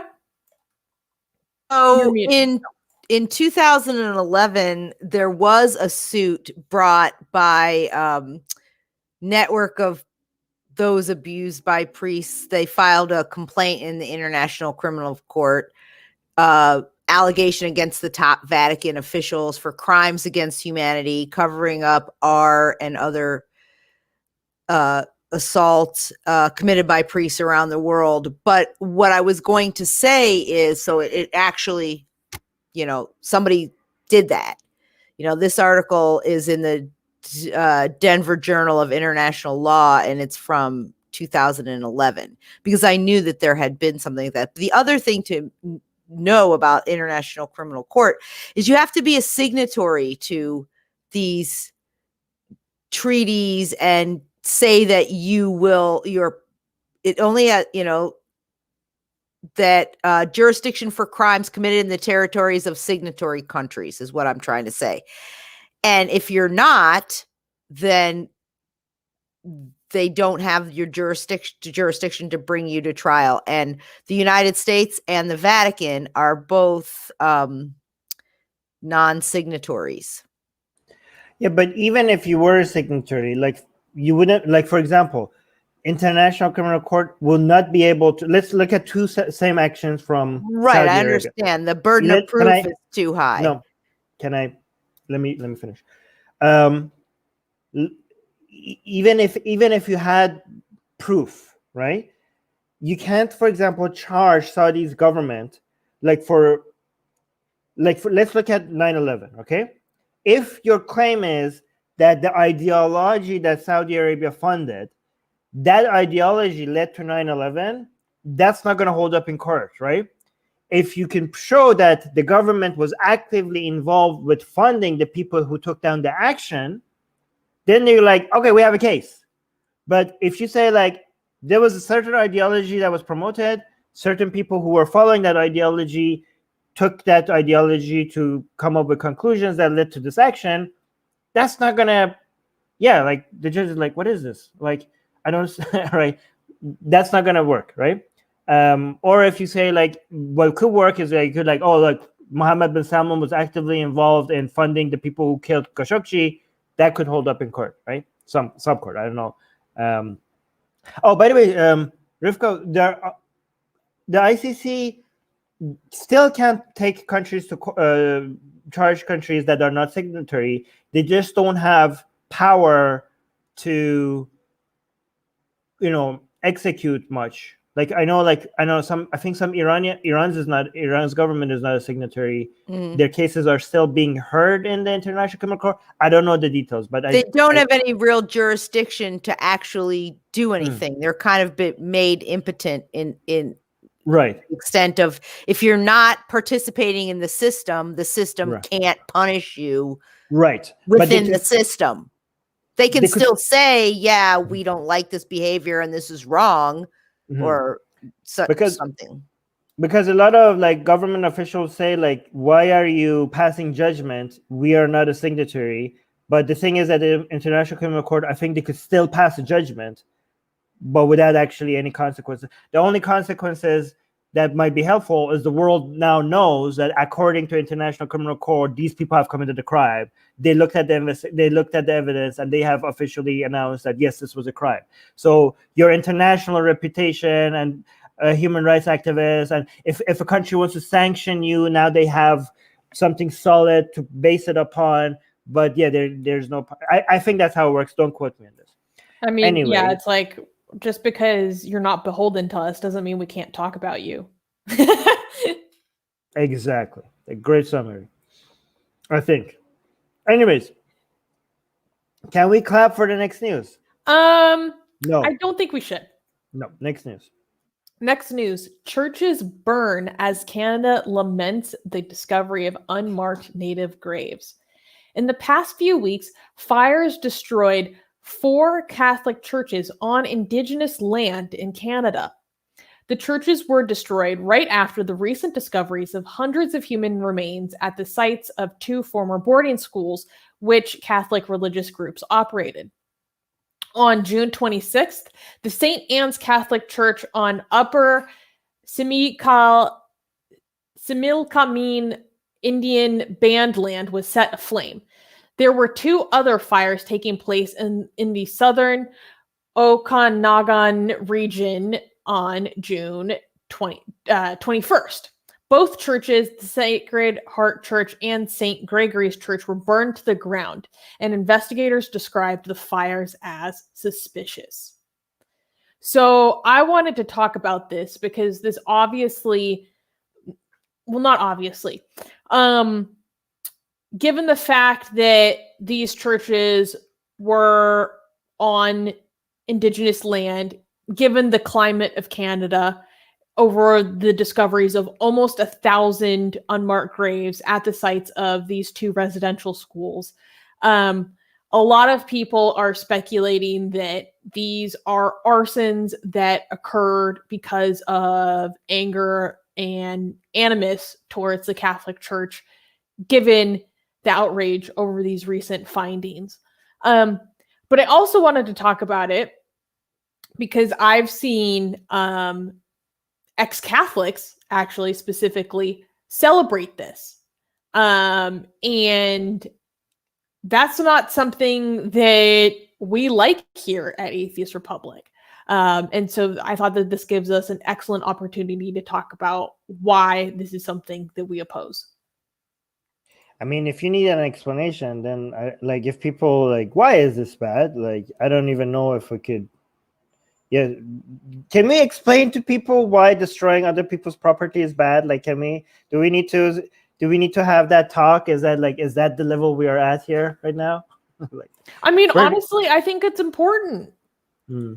Like, seriously, because one of the persons I saw celebrating this was Nurgle, that Polish blaspheming death metal artist that we love, and we've covered his work on his Instagram. He was like posting photos of this, basically like encouraging it, and I was shocked and I was horrified. I was like, this is a huge figure, especially in Polish secular activism, and this is the message he's putting out there. Like, someone who's much older than me, like, I think it is important to talk about why this isn't right. Rivka? I don't know if this was his motivation, the Polish music artist, or other people who have celebrated, but the first thing I thought of when I saw this, and you talked about people, it reminded me of the burning churches is a big feature in a lot of Scandinavian metal. And it's so it, and whether they're for real or not, because, and some of them have been, some people have burned down churches in Scandinavia, but it's a huge feature of that, you know. So I don't know if he was encouraging it or he was just like, oh, he's a metal heavy musician. This is associated with heavy music in a lot of places. But I think the association is almost a positive one too, like, you know, cleansing, which I don't agree with either. That, you know, if it's against the law, someone can get hurt, unintended consequences, all kinds of things, and it doesn't belong to you, and it's not going to change the situation. That It happened is in going the to change the past. situation in their favor, actually. Right? Yeah, in the past. I'm talking about it's not going to make those bad things not have happened. Oh, okay. You know. So But Armin is saying that this is actually going to play in the hands of the Catholic Church. Oh, absolutely. Yeah. Absolutely. But I meant, you know, if it's a vengeance type thing, right? Yes, the anger may be very justified, but doing this isn't going to give you what you want, so to speak. Yeah. So just to be clear, we don't know exactly who did this and what the motivation is, right? What we do know is that the fact that there are some people who seem to be cheering this, like celebrating this, right? That part we know for sure, right? Whoever did this and whatever the motivation was, right? It's sometimes I feel like not mentioning the fact that this actually helps the Catholic Church, because the religion just feeds on victimization, right? This is like such a save for the Catholic Church right now. They're like, oh my God, we look horrible. I hope something bad happens to us, so we could be the oppressee rather than the oppressed, look like the oppressee rather than the oppressors, right? Like religion needs to always feel like it's being attacked, to be like, oh, the world is after us. This is why we need religion, and blah blah. So this very much feeds into, you know, helping religion grow and find people who actually are on the side of oppressors actually feel like that. No, they are the victims, right? But the reason why I'm hesitant to mention this is because to me it sounds like I'm suggesting that you shouldn't do this because it helps religion, okay? But that's like maybe reason number, I don't know, 36, because the reason number one is you're destroying someone else's property. Like that should be enough for this to be considered immoral. So if I mention don't do this because it helps the Catholic Church, I think it's taking attention away from the fact that burning things that don't belong to you is bad, should just be the main focus of attention. Sus. Yeah, so I would like to emphasize again, at this point, officials have not released, it's been a few days. I don't think they've released any suspects or motivations for this, but it should be noted that 2 fires took place on June 21st, which is National Indigenous Peoples Day in Canada.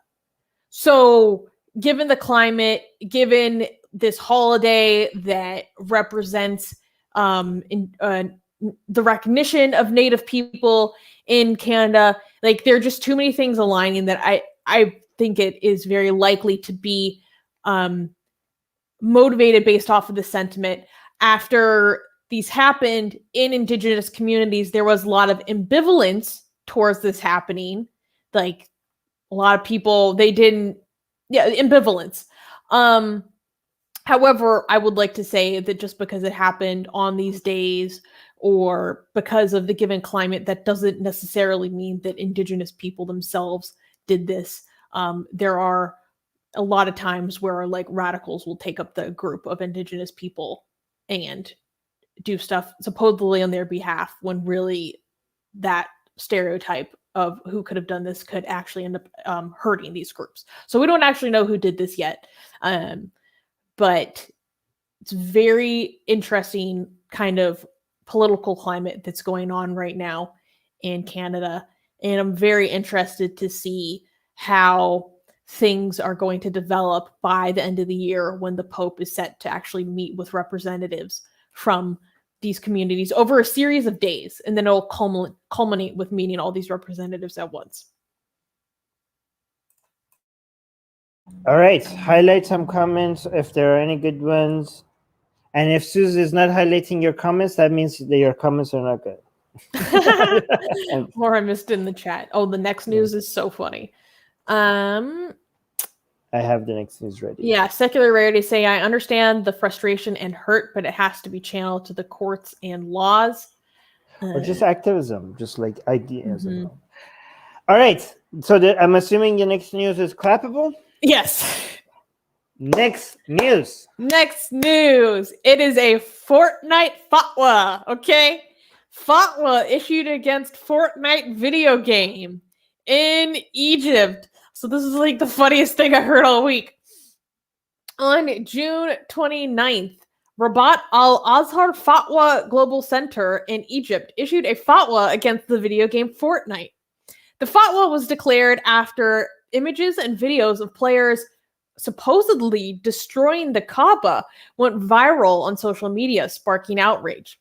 The content displayed players entering an area that looked very similar to the Great Mosque of Mecca, killing characters and destroying the Kaaba to access weapons inside, which allowed players to access higher levels.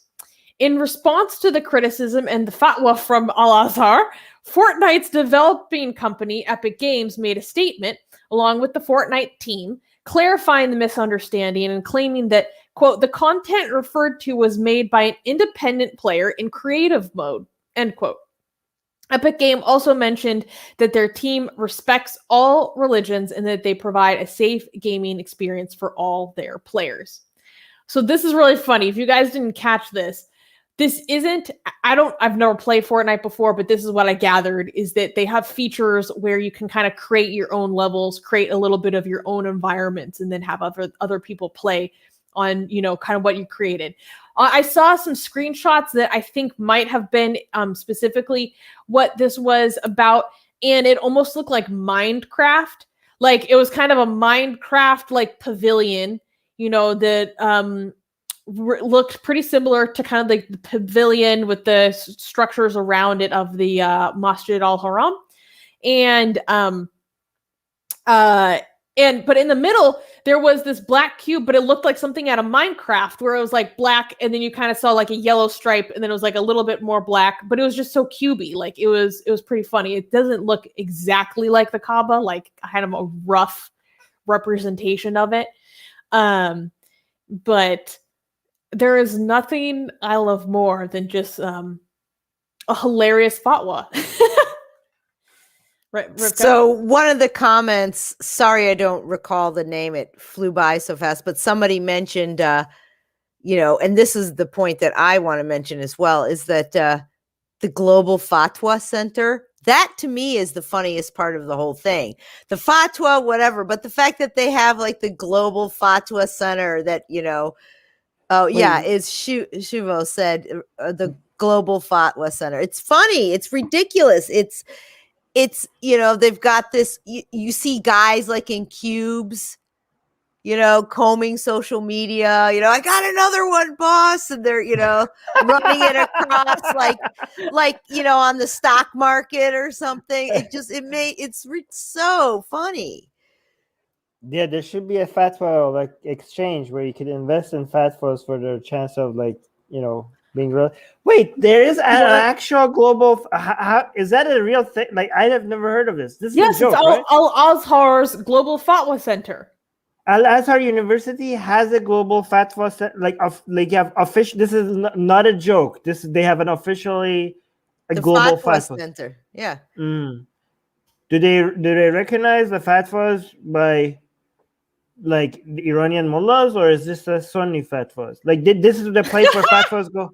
This is the place, I guess, where the people decide if a fatwa is like standing or not. So, oh, I see what Guys, it I is. looked it up. It has its own Facebook page. See, I No told way. you. Yes, the Al Azhar Fatwa Global Center. It looks like it might even have a physical location in Egypt. Yeah, I'm sure it does. I'm telling you, there's dudes in suits working in cubes No, away at their fatwa. no, guys. Rivka's joking. I hope nobody. Okay, I think it makes sense though, as much as anything Islamic could make sense, because like when it comes to the demand out there, because the issue, I'm guessing, is that there are so many religious leaders out there in their own local mosque or whatever random religious institutions that they just came up with that are just issuing fatwas left and right. And Al-Azhar University is like, you can't just do that. Like people are like paying it, like there are some really crazy fatwas coming out and people are believing them. So we need to have like an official registration process of what is a fatwa that people like. We need the ummah, the Muslim community needs to know which fatwas to take seriously. So who else other than Al-Azhar University to come and tell them which fatwas are authoritative and which ones are not? So did this center, fatwa center, global fatwa center, they accepted this fatwa but against Fortnite or not? Like They issued it. they issued. Wow. So I'm assuming that the Fatwa Center, Global Fatwa Center, that was designed to be a filter against ridiculous, nonsensical fatwas, they put their stamp of approval on a fatwa against Fortnite. Amazing. Anyway, Suze. And when I was researching this, I found a more recent update. So, as of a few days ago, Fortnite now faces a ban in Indonesia because of this. Fortnite might now be banned Wow. in Indonesia because of this, if the Wow. site maps are found to be disrespectful. So that, guys, see the influence that Al-Azhar University has, okay, globally. Because Al-Azhar University in Egypt, they officially put their stamp of approval on a fatwa, and the consequences of what this university says in Egypt could be felt in Indonesia. Like, guys, I also want you to understand Al-Azhar University in Egypt is separate from Egypt government. This is not like Iran, where everything that is religiously approved goes through the approval of the government itself. Like these are separate entities, right? So the influence of Al-Azhar University sometimes in the country, like in certain circles in Indonesia, could be even higher than certain circles within Egypt that are followers. Like there's right now a battle between Sisi's government and Al-Azhar University, right? So these are not like, when you think about Islamic countries, don't just think that this is just a homogenous, unanimous thing that when they say something, that's the word of the government. This is not the word of the government. This is the word of the highest center of authority when it comes to Sunni Islam. Suze? Well, I should be specific. It wasn't what it was. There was one Indonesian minister who was calling for a ban. Mm-hmm. Yeah, but Probably still, like, you see the after he effect. saw this news. Right. Oh yeah, there was actually some interesting information. Ritsuko is saying Al-Azhar. Yeah, go and read it. Ritsuko is saying Al-Azhar, a 1,000-year institution, reduced to issuing fatwas against effing video games. Randolph. Randolph is saying that's called remote control when a fatwa has effects in other countries. I mean, do you think this hurts them or helps them? Because for us, it's funny and ridiculous, right? But how many young Muslims who play Fortnite had no idea that there's a fatwa center in case they want to check it out, right? Like marketing wise, like, you know, like let's be like, I'm steel manning this global fatwa center, okay? It might not be as ridiculous as you think it is, right? like from every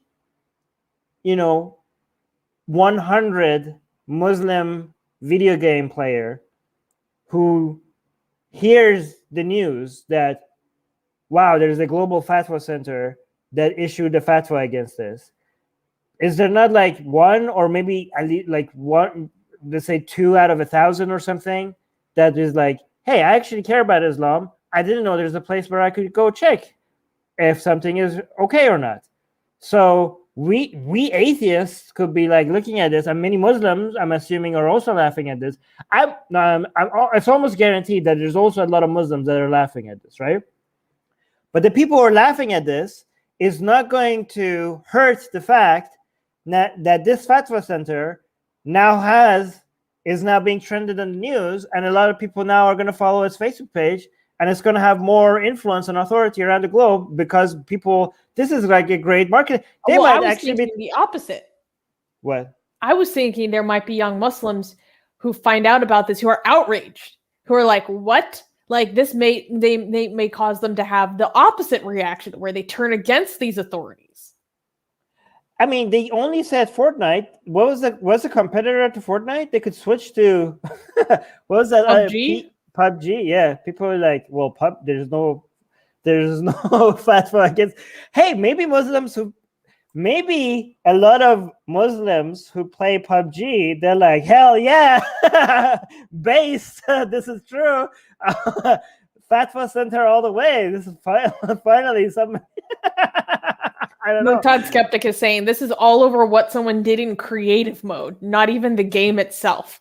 Like, right. Okay, I've never played these games. I don't really understand how it works, but it's kind of like if someone made their own like little religious thing that they desecrated in Minecraft, just in their own God mode? And then someone saw a video of it, and then they issued it against the game itself. Like this all happened because they saw a video of someone doing this. They didn't even see it themselves. Like. Wait, so is creative mode when people just take down a game and put it on servers that is not owned by the creators of Fortnite? Is that what creative mode is? Because if they did it over something like there, then Fortnite has no control over it. Like they can't do anything about it. Is that what it means when people do something on creative mode?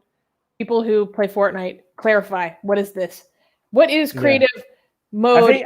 Creative mode in Fortnite allows you to freely create content on your own creative islands. No, but is it on servers? Because when I used to be a gamer back in the day when I used to be gaming, eons ago, people managed to like somehow completely get a hold of the entire game. Like for example, World of Warcraft, people managed to somehow reinstall that on servers that doesn't belong to the illegally, of course. To the creators of the games themselves, and people used to go play there on God mode and stuff like that, and there's nothing that the creators of the game could do about it, right? So if it's being done like that, then the fact that they are like, what do you want Fortnite to do? There's nothing they could do. Like, I don't know. Kenji is answering my question. He's saying creative mode is when the player has an open lobby that they can design. I know that, but you could do but creative mode is that on the servers that it is owned by Fortnite, or I'm assuming it is not the same as like the way that people stole World of Warcraft. I think because if it's on the servers owned by Fortnite, they could still like come up with community like guidelines that like, guys, you could be creative as much as you want here, but you cannot create and attack religious buildings or any buildings. Actually, no, that's a stupid standard. I used to play video games where we attacked the White House and took it down and all that. Wait, hey, no, YouTube, this is a video game. I'm not talking about no. YouTube doesn't even trust that anymore. Oh my God, yes. What did I say? Nuked our channel. Okay, no, so, God damn it. Okay, I have to be more careful. Sorry. I'm just saying there are other video games where other buildings were attacked, and this is like, so religious buildings are not allowed now? I don't know. We'll see. Anyways, go on, Susan. Blank name is saying, but no black cube. No black cube. Wait. there was Adam is saying, has the Global Fatwa Center issued a fatwa against Atheist Republic yet? They're not doing their job. Well, I would like to say that is actually the task that the Indian government has taken upon itself. So Yes, we're covered. yes. Don't worry. Yeah, somebody tell the Fatwa Center that we have, Muhammad and Jesus. We have Atheist Republic has produced gorgeous blasphemous art of Kaaba with Muhammad and Jesus making out on top of it. And the not safe for work version of it, which is only available to our patrons, they're doing a lot more than just making out, right? Go check it out on Patreon.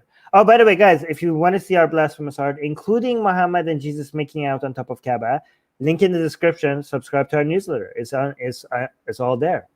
Sure. So where's our fatwa? Fatwa, please. Kenji is answering your question, saying yes, Fortnite is on the server. It's not a separate thing. Creative is on within the Fortnite game. It's not some kind of separate entity. I bet you they make these creative things to discourage, easier word to say, to discourage people from actually creating their own private servers. Oh, that's what they're called, private servers, right? So the good thing about private servers were that anything goes. So I guess these creative modes discourages people from actually stealing the game and putting it on private servers. Interesting. Okay, good. Anyways, keep highlighting comments while I get on. Secular Rarity is saying, oh, wow, I seriously always assumed that there was fatwas against Atheist Republic and all of you individually. Step it up, y'all. We're trying. The funny thing is, this is a funny personal story. Every time I talk to my grandpa, he asks me, Susanna, have any fatwas been issued against you yet? And I'm like, no, Grandpa, I don't have any fatwas. That's not really how this works. And the last time he said this to me, he was like, okay, like, let me know if any do happen, because I have some people I can talk to. And I'm like, you know what? Honestly, you might. That's amazing. I told my mom that, and she was like, what? You said that? I know a guy, he works at the Global Fatwa Center. He owes me a favor. Yeah. I love it. It's like they're saying, oh, LOL, Susanna, come on. You don't want to disappoint your grandpa. I'm like, Yeah. he was in the military. I don't know, man. Like, well, the Navy. Anyways. Don't worry, Susanna. I know some people. No. Shut it down. Shut it down. We're taking the stream off air. No. Oh my god. All right. No, shut it down is one of the memes that Rivka sent me. Yes. No, but this is something, yeah. Anyways, we can give a big clap for this news. Next news. Atheists sue the state of Mississippi over "In God We Trust" license plates. So this is really cool. This is a recent development of secular activism in the courtroom in America. On June 22nd, the Mississippi Humanist Association, American Atheists, and 3 Mississippi residents filed a lawsuit against the state of Mississippi. The case is over the lack of alternative with no extra costs to its license plate that bear the phrase, quote, "In God We Trust." The primary argument in the lawsuit is not against the state motto nor the state seal. Instead, it revolves around the fact that non-Christian and non-religious drivers are forced to display religious language that they do not believe in. Diane Ellis, who is a Ocean Springs, Mississippi attorney, stated that vehicle owners do not deserve to be punished with extra fees for not displaying a, quote, exclusionary and divisive message. So, just to reiterate this, there are license plates in the state of Mississippi that the standard ones say "In God We Trust." You can get alternatives to this license plate that do not say "In God We Trust." But to get this alternative, you have to pay extra fees. And so they're saying this is discriminatory, this is against the law, and we're going to sue. Rivka? I really like the language that the lawsuit is using because it very much mirrors so many arguments that people make about I can't write happy birthday, Jack and Bill or happy anniversary because that forcing me to participate in language that I don't agree with. Or I won't sign something or do all of this is some of this Airstat's religious freedom that people talk about. So now this is the exact same situation is they don't believe in this message and the government is forcing them to display it. And if they don't do so, they have to pay a special fee. So that right there is separate treatment for different people. So some people can get the license plate for free, but you have to display something that goes against your deeply held beliefs. And others don't have to pay, So yeah, that's classic, exclusionary type of prejudice. Mm-hmm. Well, I mean, you do have to pay for your license plate. It's just additional fees. Well, that's what I meant. You don't. You have to pay on top of what everybody else has to pay. You have to pay more. So for the people who might think that this is a small issue and why are atheists concerned about this, first of all, you're a moron. Second of all, this is discrimination. Okay, this is discrimination. You don't. Even if nobody is dismissing the existence of bigger issues that need attention, the fact that you are, making certain people, forcing them to display views that doesn't represent them, coming from the government, this is absolute discrimination. And if you don't fight this, right, you're allowing it to happen. You're allowing the government to enforce certain ideologies on its own citizens, and you need to fight every single one of these, or else you're leaving the room for more. But even if you didn't leave the room for more, it by itself is wrong. Something doesn't have to be the greatest wrong or the greatest crime for it to be worth fighting. This is discriminations. We have more extreme versions of discriminations and we have less extreme versions of discrimination. They all should be illegal, right? If the government had a law that was racist, right, against certain ethnic groups, but it wasn't as racist as slavery, nobody would come like, why are you fighting this? This is not as racist as slavery. Like, this is just compare it to like the worst thing possible and be like, this is not a minor thing. Like, well, it's racist, right? You have to fight it. Obviously, you have to fight it, right? So this is discriminatory. This is like government. Government shouldn't be involved in promoting any sort of ideology anyways, even if it wasn't, against atheists, right? And also, I just want to let people know that this seems like it's a fight for the rights of atheists, but this benefits everybody, right? This benefits everybody, especially given that atheists are the last people anybody cares about when it comes to fighting for their rights in almost everywhere. If atheists' rights are being upheld and if they're not being discriminated, that means everyone else is having it so much better, right? So you could judge how good everyone is having it by looking at the worse off when it comes to rights and discriminations and stuff. And if you lift the lowest people up, that means if they can even enjoy fighting against their government, against discrimination, that means everyone else is also enjoying. Like, this is good for Muslims. This is good for many Christians. This is good for everybody. This is good for everybody. When the government doesn't get to force you to display certain views that doesn't represent you, if you could fight against the government, this is not just good for atheists, it's good for everyone. Sus. 2 points I want to make. One, the governor of Mississippi, Governor Tate Reeves, fully supports the measure to have "In God We Trust" on the license plate. He has basically said that the people who are pushing for this are threatening Mississippi's and its values. He claims that the people who are pushing for this are out-of-state liberals. basically saying like, you guys are like foreigners to us and our values. You're just pushing your own agenda on this, which isn't true. Many of the plaintiffs have been residents of Mississippi for decades.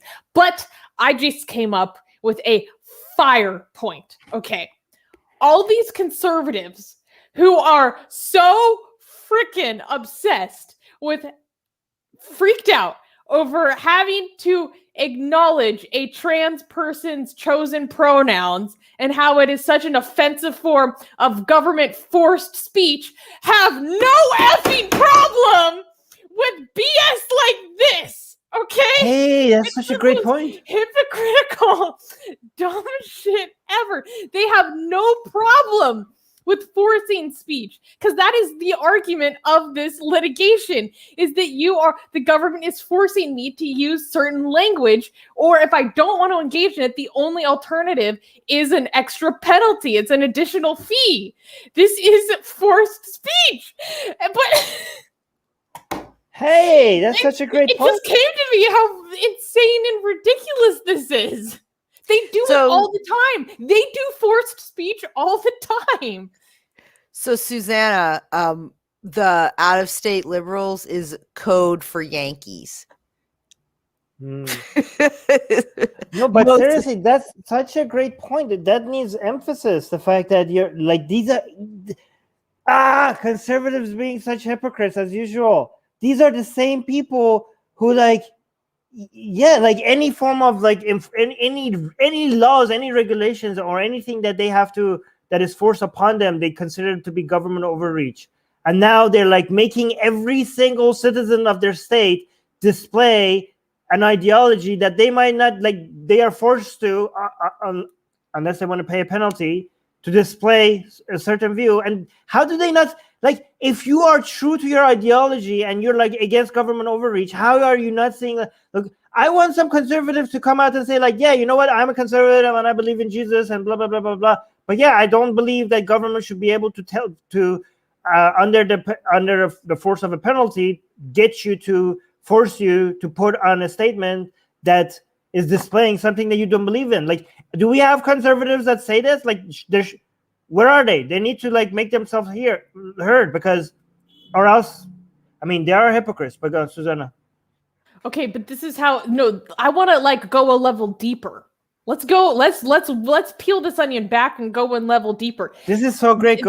They are so freaked out and push so much anti-trans rhetoric because of, in many cases, not all, there are situations of sexual harassment laws in the workplace or in education saying that it is a form of sexual harassment to refuse to use the pronouns of a trans person or intentionally misgender someone. So legally in many states, I don't know about Mississippi, this is a form of sexual harassment. And so they're saying that this is forced speech on the part of the government, but and that it is a form, and that this prevention of sexual harassment is a form of discrimination against them because of their religious beliefs. But this is explicitly the state engaging in religious discrimination against everyone who is not a Christian or a monotheist. Like, that's exactly what it is. It's like flipped. Like, you're the one doing this discriminatory practice on the basis of religious affiliation. From the state. Okay, another thing is that there is no government regulation telling people that they have to use certain pronouns. Right? There is no government regulation on that. Is there? I don't believe there is on any sort of federal level. I'm not going to make a statement on this. I know that in certain states or certain companies, obviously that's a private sector thing, but but sometimes in some states, I believe that it is illegally understood as a form of sexual harassment to repeatedly misgender someone in the workplace or an educational sphere.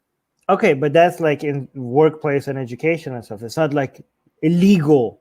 Like, this is like, you could lose your job. Like you do it in public, or of course not. No, like you could. I mean, if you are not abiding by the standards of this work environment, you could lose your job, but you're not going to get criminally charged, right?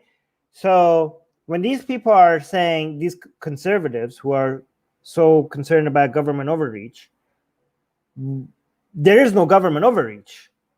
When it comes to like using pronouns and stuff, the government has not made it illegal for you to be a dick to trans people. Like you could still be a bigot, and in your private and in public areas, and there's no consequences from the government, right, for your bigotry, right?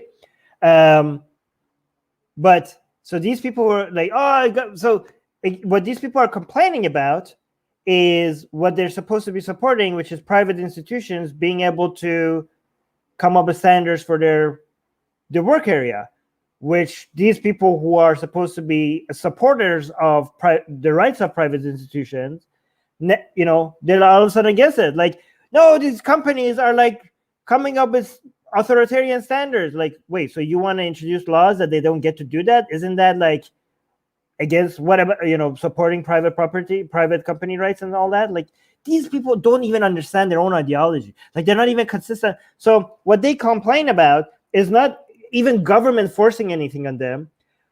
And these are supposed to be limited government people. And then when government is actually forcing something like this on you, they're like, they support it.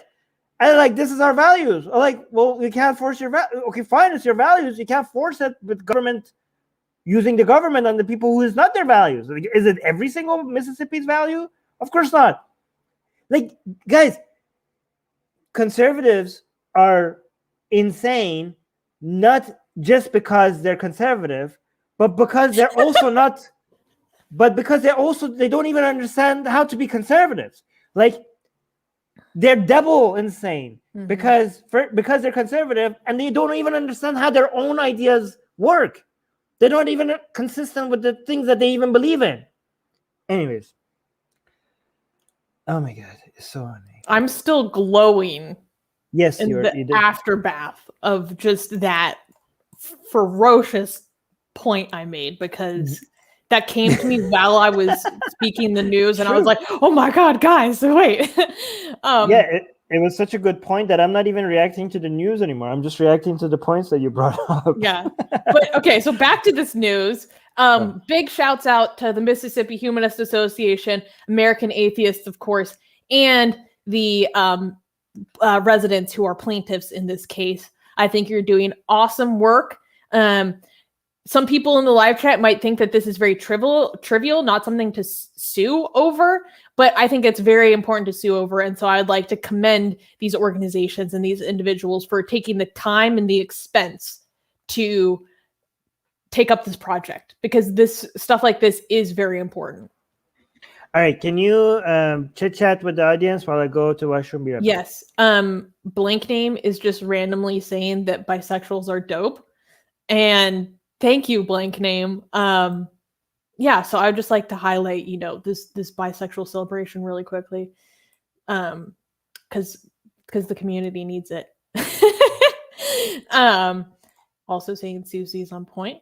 Thank you guys for being so responsive to my commentary.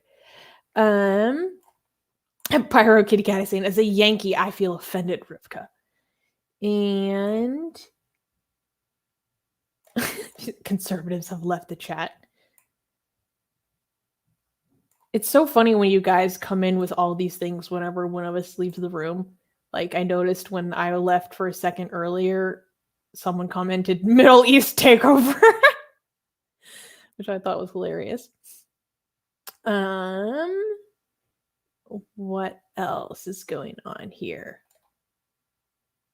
And I have taken over completely. You're right. This is my show. Should we talk behind everyone's back, or just say really nice things behind everyone? Yes, I have officially taken over air. Technically, I already have, since I'm the president and CEO, and so I'm a dictator behind the scenes, you guys. Total authoritarian behind the scenes. Yeah, you're back. Okay. Wait, let me bring the next news. Mississippi. All right, I got it. All right, can we clap for the next news? Yeah, let's clap. All right, next news. Next news. New data. Most Indians believe in God with most certain of their belief. So this is again from that Pew Research big survey that we were talking about. So this is some other reflections of Indian society that were gleaned from that work that we're going to dive into. So a new Pew Research survey of around 30,000 Indian adults finds that an overwhelming number of Indians believe in God, which is 97%, with most of them saying that they are confident in their belief, which would be 79%. India is the home of the world's largest Hindu, Sikh, and Jain populations, the third largest Muslim population, and millions of Christians and Buddhists. 61% of Hindus and 54% of Jains say that there's only one God with many manifestations. 66% of Muslims, 68% of Christians, 57% of Sikhs, and 39% of Buddhists say that there is only one God. When it comes to gender differentiation, 78% of men and 80% of women believe in God with absolute certainty. Among Muslims, men are more likely than women to be certain of God's existence, with 81% of men versus 76% of women. All right, I'm going to put a positive spin on this, okay? We're talking India here, okay? So how many people believed in God? With 97%.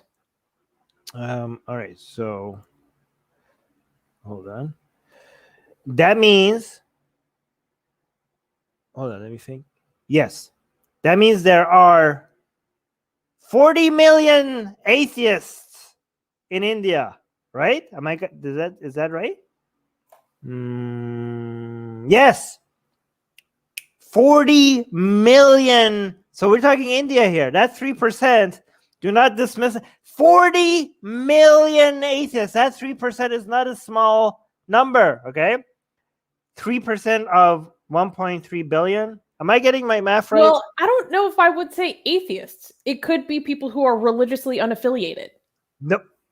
No, they say, no, look at what you're reading. Believe in God. So they lack belief in God. They're atheists. The distinction I'm trying to make is that they may not self-identify that way. I don't care what they identify as. Even if they don't identify as an atheist. Yeah, actually, no, I do care what they identify as. But there is a difference between self-identifying atheists and non-self-identifying atheists. If the definition of an atheist is a lack of belief in God, then 3% of 1.3 billion, that leaves enough. That leaves us an army of atheists to work with, right? That's a big number, right? Yeah, so that's like, I mean, how many atheists are in the United States? Like, that's not like that. Let's not dismiss 40 million people, okay? That's a lot of atheists. Just wanted to let people know that. And now I'm curious, what is the percentage in the United States? But what I thought was very interesting had to do with this certainty factor. So Wait, the fact. 1 second. People are saying 40 million is nothing for India. Yes, but 40 million is a lot for us. Okay, I know it's nothing for India, but for us, with the, as atheist activists, 40 million people, that's a lot of people. Anyways, go on. I forgot the point that I was going to make. Oh yeah, it had to do with the certainty factor. It's very interesting to look into people that there's such a strong commitment to their beliefs. The Rabbit Atheist is saying, I agree with Armin. If you don't believe in God or gods, you are an atheist regardless of identification. Yes, I remember seeing from the data that out of the 30,000 people they identified, 67 were atheists. No, maybe not atheists, but they said religiously unaffiliated. So, out of the sample population, it's quite small. Blank Name is saying we could build our own country. What I thought was interesting is that they also look at opinions of people who are supporters of the BJP. So, for example, Hindus in support of the BJP are 81% more likely to believe in God with absolute certainty, as opposed to Hindus who are not in favor of BJP, who their certainty level is only 74%. So I thought that was a very interesting thing. So it's like the more religiously zealous or certain are more likely to be BJP members or supporters. For those who do not know, BJP is the ruling party of India. It's the largest political party in the world and extremely right wing. Let me see. There was so many interesting statistics in this. 69% of Indians believe that God can be manifested in nature, such as mountains, rivers, and trees. Oh yeah, so it also looks at kind of like, I kind of want to say animist, but not exactly animist, like more of beliefs about where God is present. So it's very interesting that the Muslims and Christians who were polled were more likely to say that God is manifested in people over nature. And it also looked at stuff as like when people are asking for God for favors. So more than 90% of Indians are inclined to ask God for good health, prosperity, and forgiveness. The shares are roughly similar across all religious communities, with Buddhists being the least likely to ask for any of these. However, this has much to do with the fact that 1/3 of Buddhists do not believe in God at all. Go ahead. I just want to compare total number-wise with the U.S. I don't think this is correct because the Rabid Atheist is saying atheists are 6% in the U.S. That's only 20 million, half as much as India. I think the 6% are the self-identifying atheists. So if we want to compare atheists in the U.S. with atheists in India, I think we should compare both self-identifying and not self-identifying. I'm looking at the numbers. There's a 2013 poll that suggests that 3/4 of U.S. adults are believe in God. So that would leave 25% maybe that don't believe in God. That would mean 25% of 300 million of U.S. is 300 million, right? USA population. Yeah. Oh, 328. Okay, 328. So if we include all atheists, not just the self-identifying atheists, that would be around 80 million, right? So United States has 80 million atheists. India has 40 million. So that's pretty good. Half as much as US. There was a Pew research from 2018 and 2019 that showed that 4% of American adults self-identify as atheists, with an additional 5% calling themselves agnostics. So, but those are who self-identify, not who, if asked about if they actually believe, say so. Wait, there was a really, really good comment from Katie. Katie is saying, by the way, this study is also a blow against the Hindu atheists who claim Hinduism includes atheism, because the study shows that there are Muslims and Christians who claim to be atheists. So what Katie is getting at here is that when asked about someone's religious affiliation, people would say, oh, I'm a Christian, I'm a Muslim. But when actually asked whether they believe in God or not, they say no. So it actually is like this whole thing of like Ali Rizvi's atheist Muslim thing. It's actually that. So it's people who they identify as part of a religious community because that's the community that they come from. It's an identity, but they don't actually actively have a belief.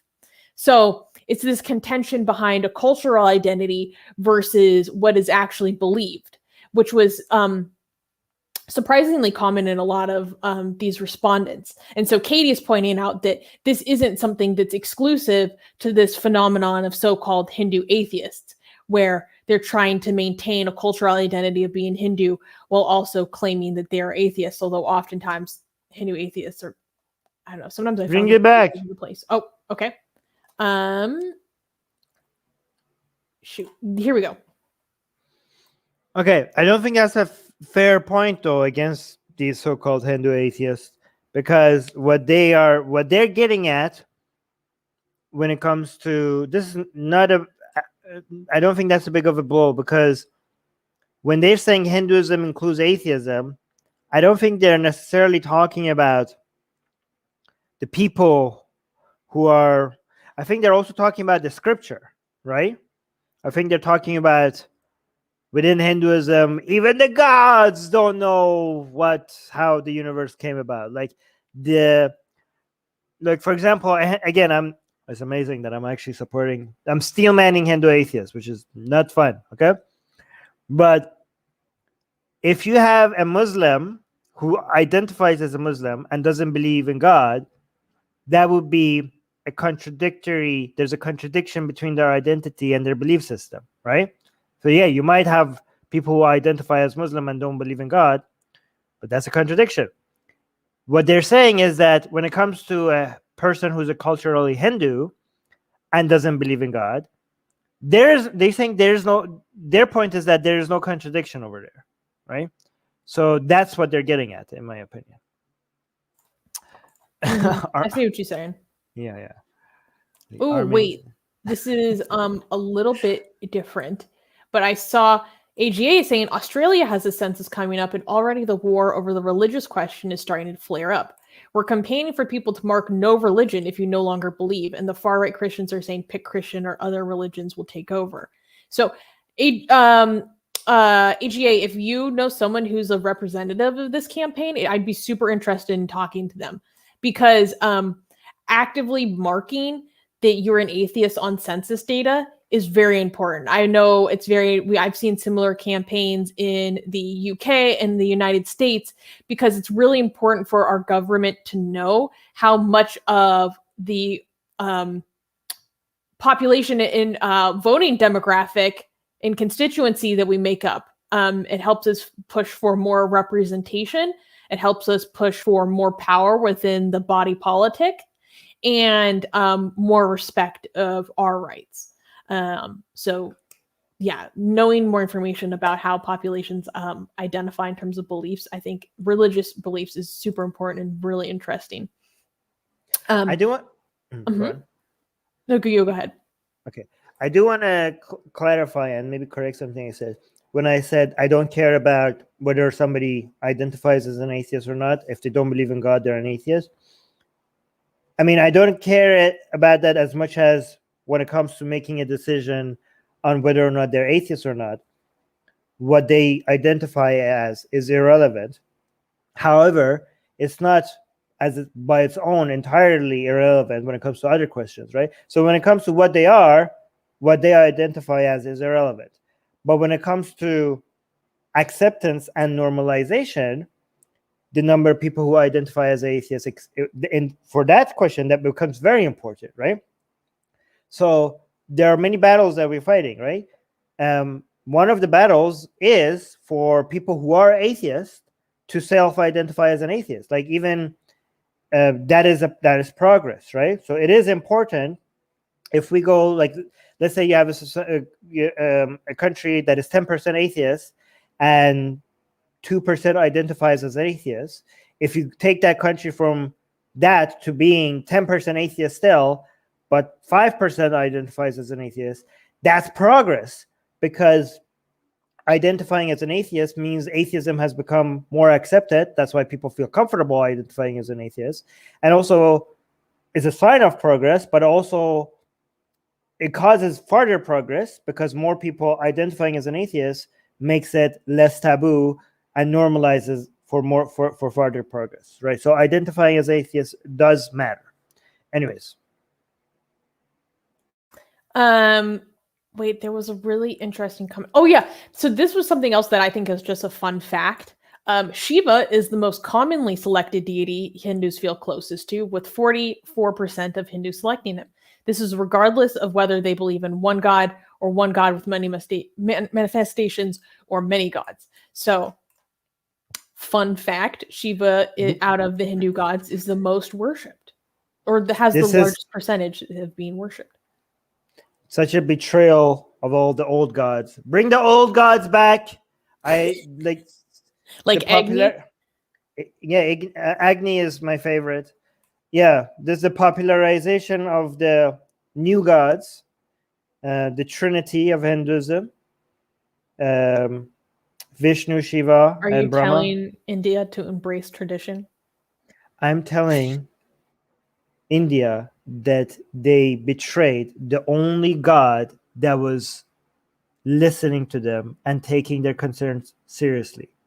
Agni was the god that came down from the places where gods stay and actually came among the humans. He dwindled around the humans and actually took their messages and took them to the other gods, right? He was at your fireplaces.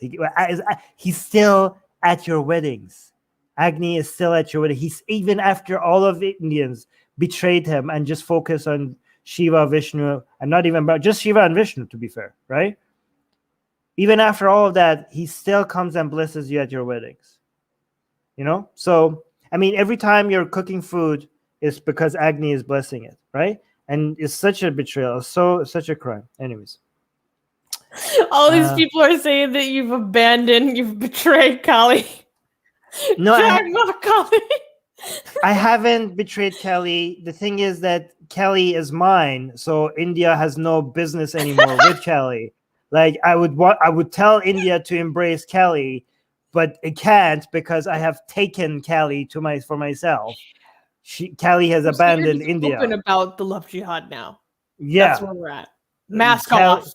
Your Mask Kali off, has and dude, for you watching. Proudly so. I love jihad at Kali. So don't embrace Kali. She has given up on you. She loves me only. But Agni, there's a god. Forget Shiva.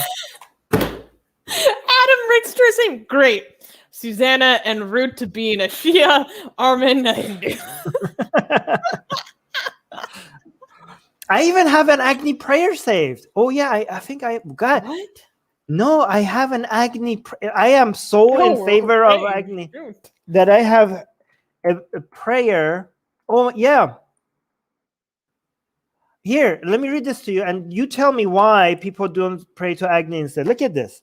This is an ancient Agni prayer way before these new gods in India became popular. Okay. It says, I pray to Agni, the household priest, who is... Hey, no, don't share. Don't share my screen without telling me. Yeah. You said, look at this. No, I'm just listen. Okay. I pray to Agni, the household priest, who is the god of sacrifice, the one who chants and invokes and brings most treasure. Agni earned the prayers of the ancient sages and those of the present too. He will bring the gods here. Through Agni, one may win wealth and grow from day to day, glorious and most abounding in heroic sons. Agni, only the sacrificial ritual that you encompass on all sides goes to the gods. Agni, the priest with the sharp sight of a poet, the true and most brilliant. The god will come with the gods. Whatever good you wish to do for the one who worships you, Agni, through you, that comes true. To you, Agni, who shines upon darkness, we come day after day, bringing our thoughts and homage. We come to you, the king over sacrifices, the shining guardian of the order, growing in your own house. Be easy for us to reach. Be easy for us to reach. I'm telling you, this is the God that was the easiest for humans to talk to. All the other gods were high and mighty and acting like you had to go through so many loopholes for them to even pay the slightest attention to you. Agni was the one that was always there when you wanted somebody to carry your message. Even if he couldn't do something for you, he would be the one that would take your request to the gods that could do things for you because they wouldn't listen. He's a Prometheus. Agni is the Prometheus of Hinduism, especially because he also brings fire. Just like Prometheus brings fire from the gods, Agni also brings fire. Be easy for us to reach, like a father to his son. Like a father to his son. You see, this is a God that is like a father. Abide with us. Abide with us. He's not over us. He's like among us, with us. He's also the Jesus of Hinduism. Agni is also the Jesus of Hinduism. He walks among us rather than up high. Abide with us, Agni for our happiness. No other gods care. Only Prometheus can challenge Agni when it comes to caring about mere mortals. Yeah. Anyways. You know how you call someone who does dawa a dai? Yeah. I feel like you're like an Agni or something like that. Oh, look, people are converting. We love Susie, we lost Armin. I know, Ion, send help. All right. Can we clap for the next news? Yes, we can, because it's our last news, and it's AR news, and it's big news this week. Yeah. All right. Next news. New legal complaint filed against Twitter for Atheist Republic's Hindu goddess art. Guys, this is, well, not fresh off the press now, but earlier this week, fresh off the press, we have new people who are filing legal complaints because of our blasphemy. More judicial harassment from India because of our blasphemy. Not again. Guys, this is the best one, by the way. I love it. Go on. So we learned recently that Twitter's India division is now under fire because of our blasphemy. So there is this Delhi-based lawyer whose last name is Deshwal, and he has filed a new complaint to the Delhi police's cyber cell, in which he demanded that the police register a FIR, or First Information Report, which is kind of like an initial police report, against several entities and individuals. And this complaint named the managing director of India, Twitter India, Manish Maheshwari, and their public policy manager, Shagufta Kamran, as respondents. And then the complaint also named Armin Navabi, the founder of Atheist Republic, and it named me, the current president and CEO of Atheist Republic. Guys, let's just repeat that one more time, okay? So this is an official complaint being filed in India, okay, against Twitter, me, and Susie. But I want to clarify something. It is actually that they are going after individual employees of Twitter and us. So it's actually not Twitter as a company. It is employees and individuals who work for Twitter. So they are personally being held accountable for not taking us off their platform sooner and allowing these things to continue. So the person, though, is like the head of, like, what is the guy? The managing director of India. He's like of the India. head of Twitter India. I mean, guys, you know why this is... Susie, do you know why this one is my favorite so far? This new one? No. 2 reasons. First of all, because it recognizes you in such a grand way. So that's great. But also because they're really trying to make us feel extremely significant, okay? they are like they're putting our little Susie's name next to the managing director, the head of Twitter of all of India. Okay, all of India, 1.3 billion people's activity on a social media platform. I know they're not all on. Don't come at me. Okay, one of the biggest social media platforms in the world, in one of the biggest countries. The person who's in charge of that is being sued alongside our own Susie. I mean, if this is not an achievement, who wants a fatwa when you could get sued alongside the head of Twitter in India? Okay, this should be the first line on your resume forever. True. Actually, you're so right. Technically, it's not a suit. Yeah, it's okay. This guy appealing to the police that they should begin a case against us, basically. Right. It's it's not civil. It's a criminal. Yeah, it's criminal. It's not civil law. It's criminal law. Yes. Not being sued. Excuse me. Yeah. Actually, that's a very good point. Yeah. So this was very interesting for me because this is when this Armin's Blasphemy first, slapped India upside the face in September 2020. All of the FIRs, all the lawsuits, all the legal threats were against him. This is the first time I've been named in anything legally or criminally related to our blasphemy. So that's an achievement for me. And I finally feel like I've arrived because I got banned off of Twitter too quickly to receive, like, all the activists I know received these notifications from Twitter that the Pakistani government was trying to take down their stuff. And I always felt like that was a baptism. And then I got removed. We still don't know why I got removed from Twitter, by the way. Before I could receive one of those notices that the Pakistani government had noticed my debauchery and decided to take action against it. And I felt like I wasn't there. I wasn't in the cool kids club. Oh, so this is as close as it's gonna get for me. So that was exciting for me.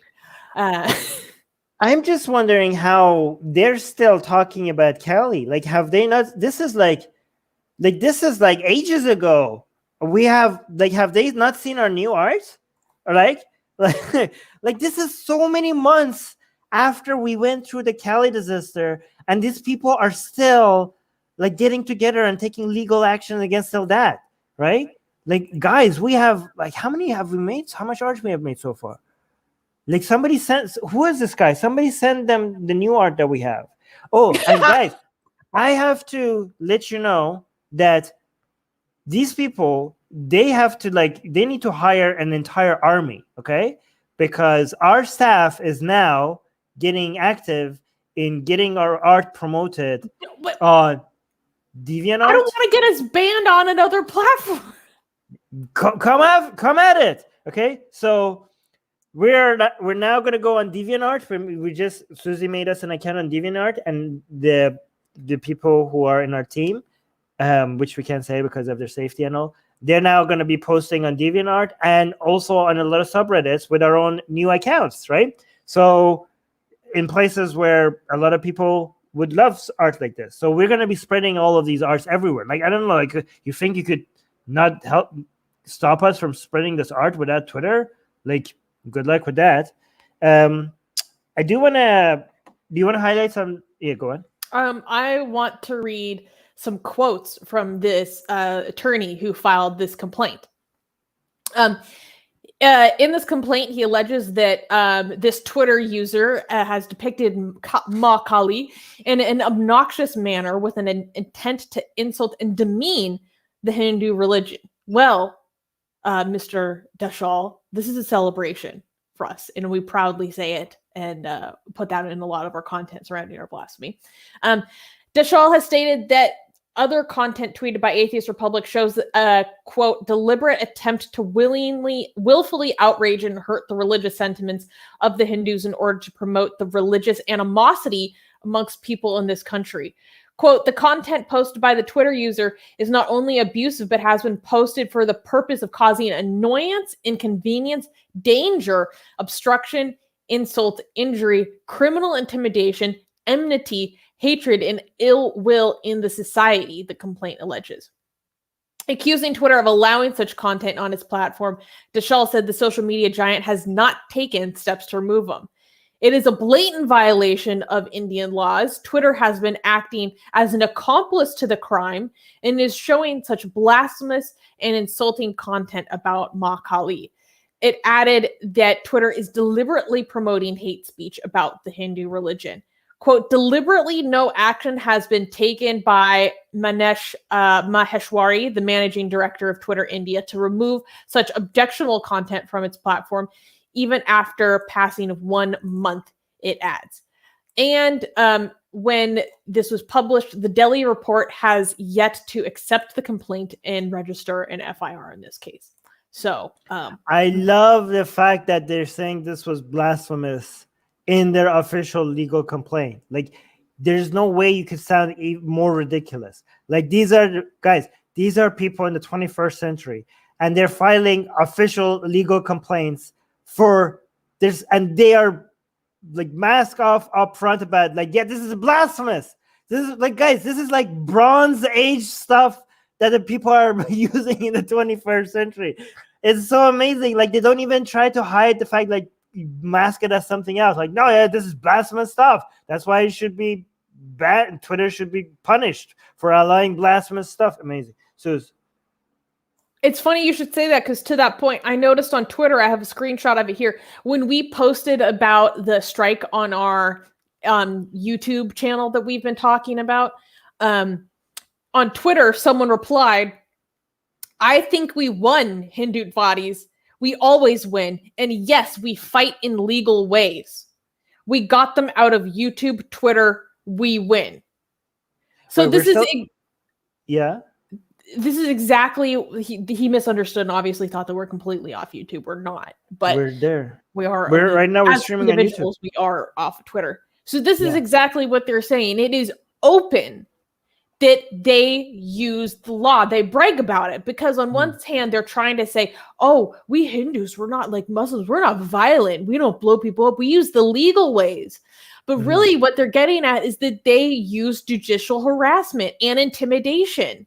And this is it's openly acknowledged. It's part of their tactics that they talk about. Like, I would recommend, if people are not familiar, to go read a piece on News Laundry, which is an Indian publication called The Men Who Go Online to Defend Hindu Gods or something, or search News Laundry Hindu IT cells. And it's about Hindu IT cells who are sometimes paid by the ruling party of India, or sometimes just volunteer basis of people who scour online to file and initiate police complaints against people, to judicially harass anyone who either offends their religious sentiment or dissents from Indian hypernationalism. Okay, so this is another example of us being involved in being judicially harassed for our free expression, for our activism. And to that end, I would, one of our writers on our team wrote up this story about, what happened, how this affects our organization, and he asked for some statements for us. And so, quote from this article, you can read it all on our page, link in the description if you want to read this detailed article on our side of the story. Quote, when asked about the complaint, Armin Navabi said, these crybabies take us more seriously than we do ourselves. Reading what they accuse us of, it's only going to boost our egos to dangerous heights, given the level of influence they think we have in India. That was great. Who said that? You. And I said, judicial harassment will not deter Atheist Republic from its mission of promoting free expression across the globe. Atheist Republic's Sexy Kali has proved effective in sparking conversation about irreligion in India, as well as the country's restrictions on free speech. The lawyers who take it upon themselves to legally target Twitter and their employees do so in an attempt to discourage our activism, and more so to discourage other secular activists in India. While some conservative Hindus may see our depictions of the Hindu goddess Kali as abusive or hate speech, we view our depiction of her as a celebration of sex positivity and LGBT acceptance. The unending vitriol displayed in their reactions to our art betrays their unprogressive values. So that's just something I wanted to highlight, because with actions like these, I think it's situations where people are telling on themselves. When they take these actions, they're revealing a lot about their own motivations, their own values. I mean, this guy is clearly saying in his complaint that it's specifically about blasphemy and his interpretation of what is hate speech. And I also want to highlight that the Humanist UK actually made this whole thread about it on Twitter that was really good, where they say Twitter in India has come under fire by a Delhi-based lawyer after Atheist Republic published, quote, highly objectionable depictions of the Hindu goddess Ma Kali. Reminder, religious feelings do not trump freedom of expression. And then on Twitter, they continue for like 4 more tweets about the importance of free expression, why blasphemy is not a legitimate, it is not a legitimate subject to be the state to enforce a restriction on people's individual liberties.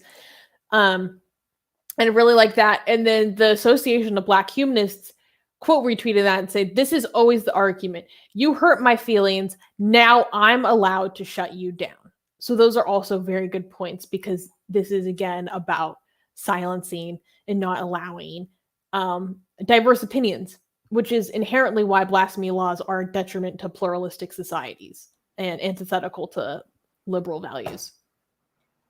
Right. Somebody is saying, okay, so my personal account, by the way, was blocked in India as well. I don't know if people know that, but Armin says, Armin, your personal Facebook account has been suspended in India last week. I know that. This is amazing, guys. They didn't even go, they blocked Atheist Republic's Facebook page in India. And now, guys, these people are they're so triggered. Like, the government of India is now going after not our page, but my personal Facebook account.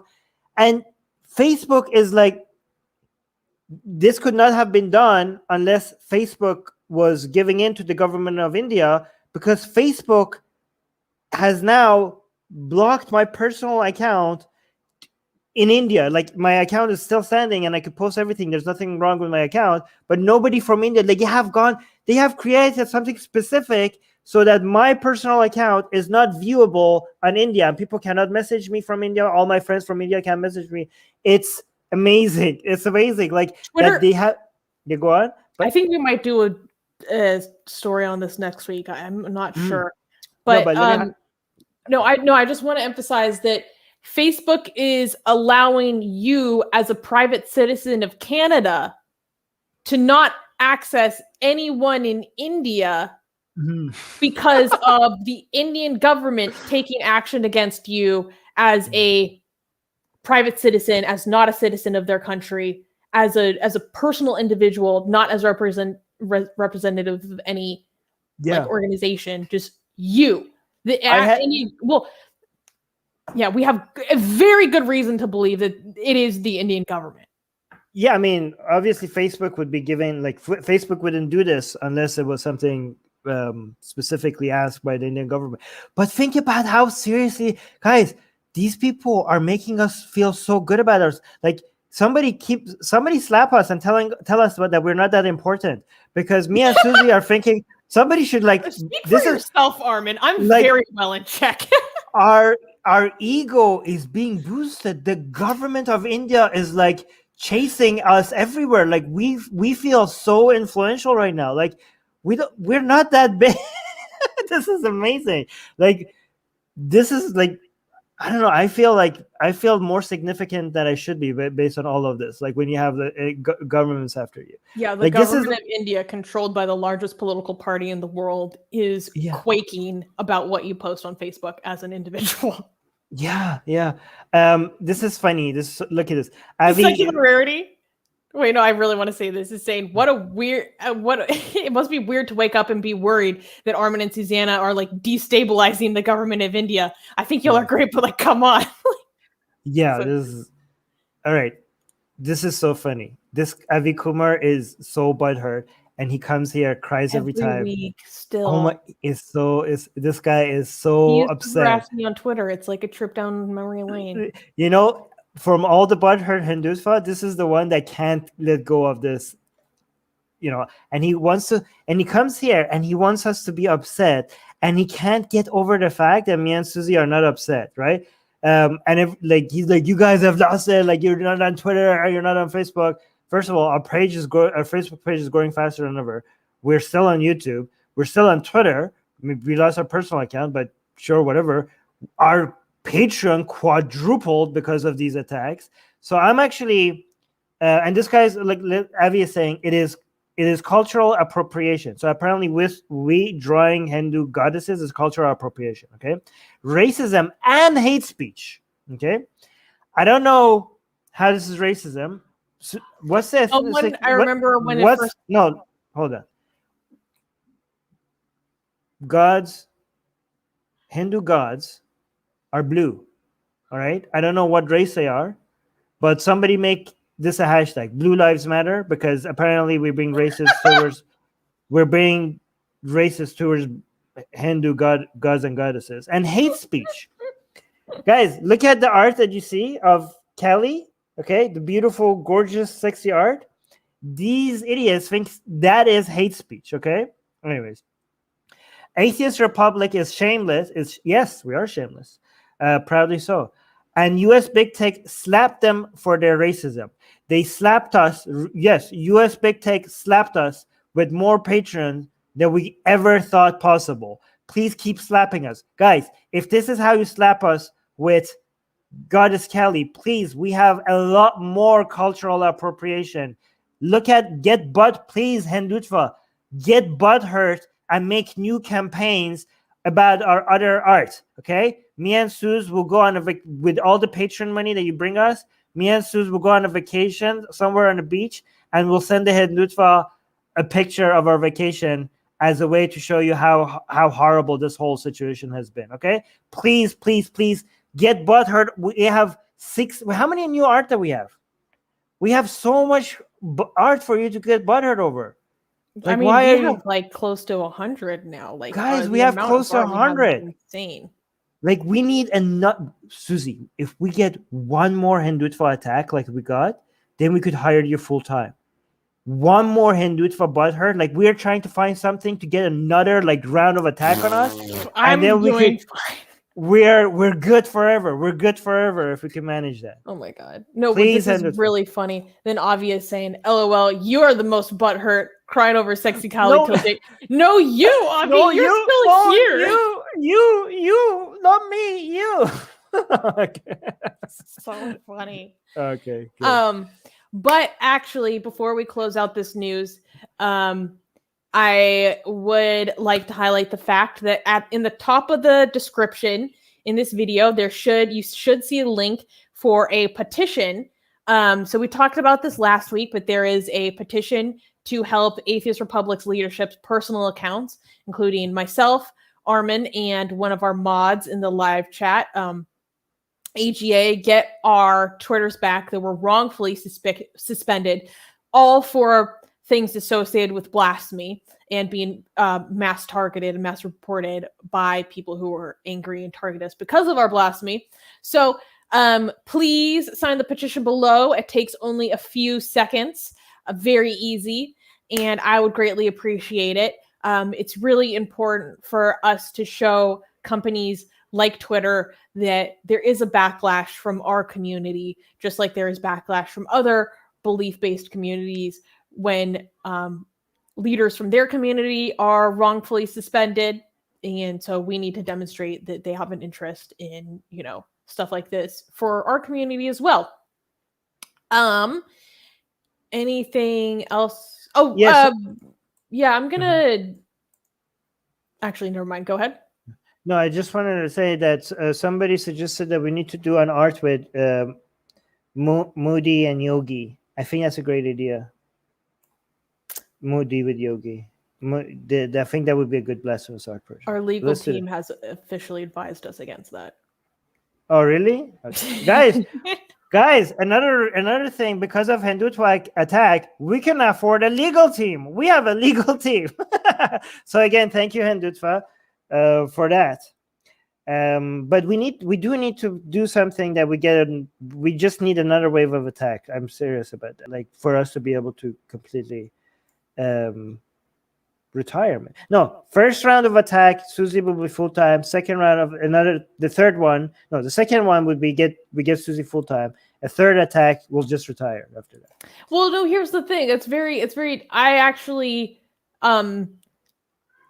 feel not so positively about this because further attacks increase the likelihood of us being even more completely separated from our community in India. And so there are in Atheist Republic's supporters, like AR is really important to our community in India because it's one of the loudest atheist organizations in India, and it's a very vibrant and huge community. It's one of the largest communities we have in AR.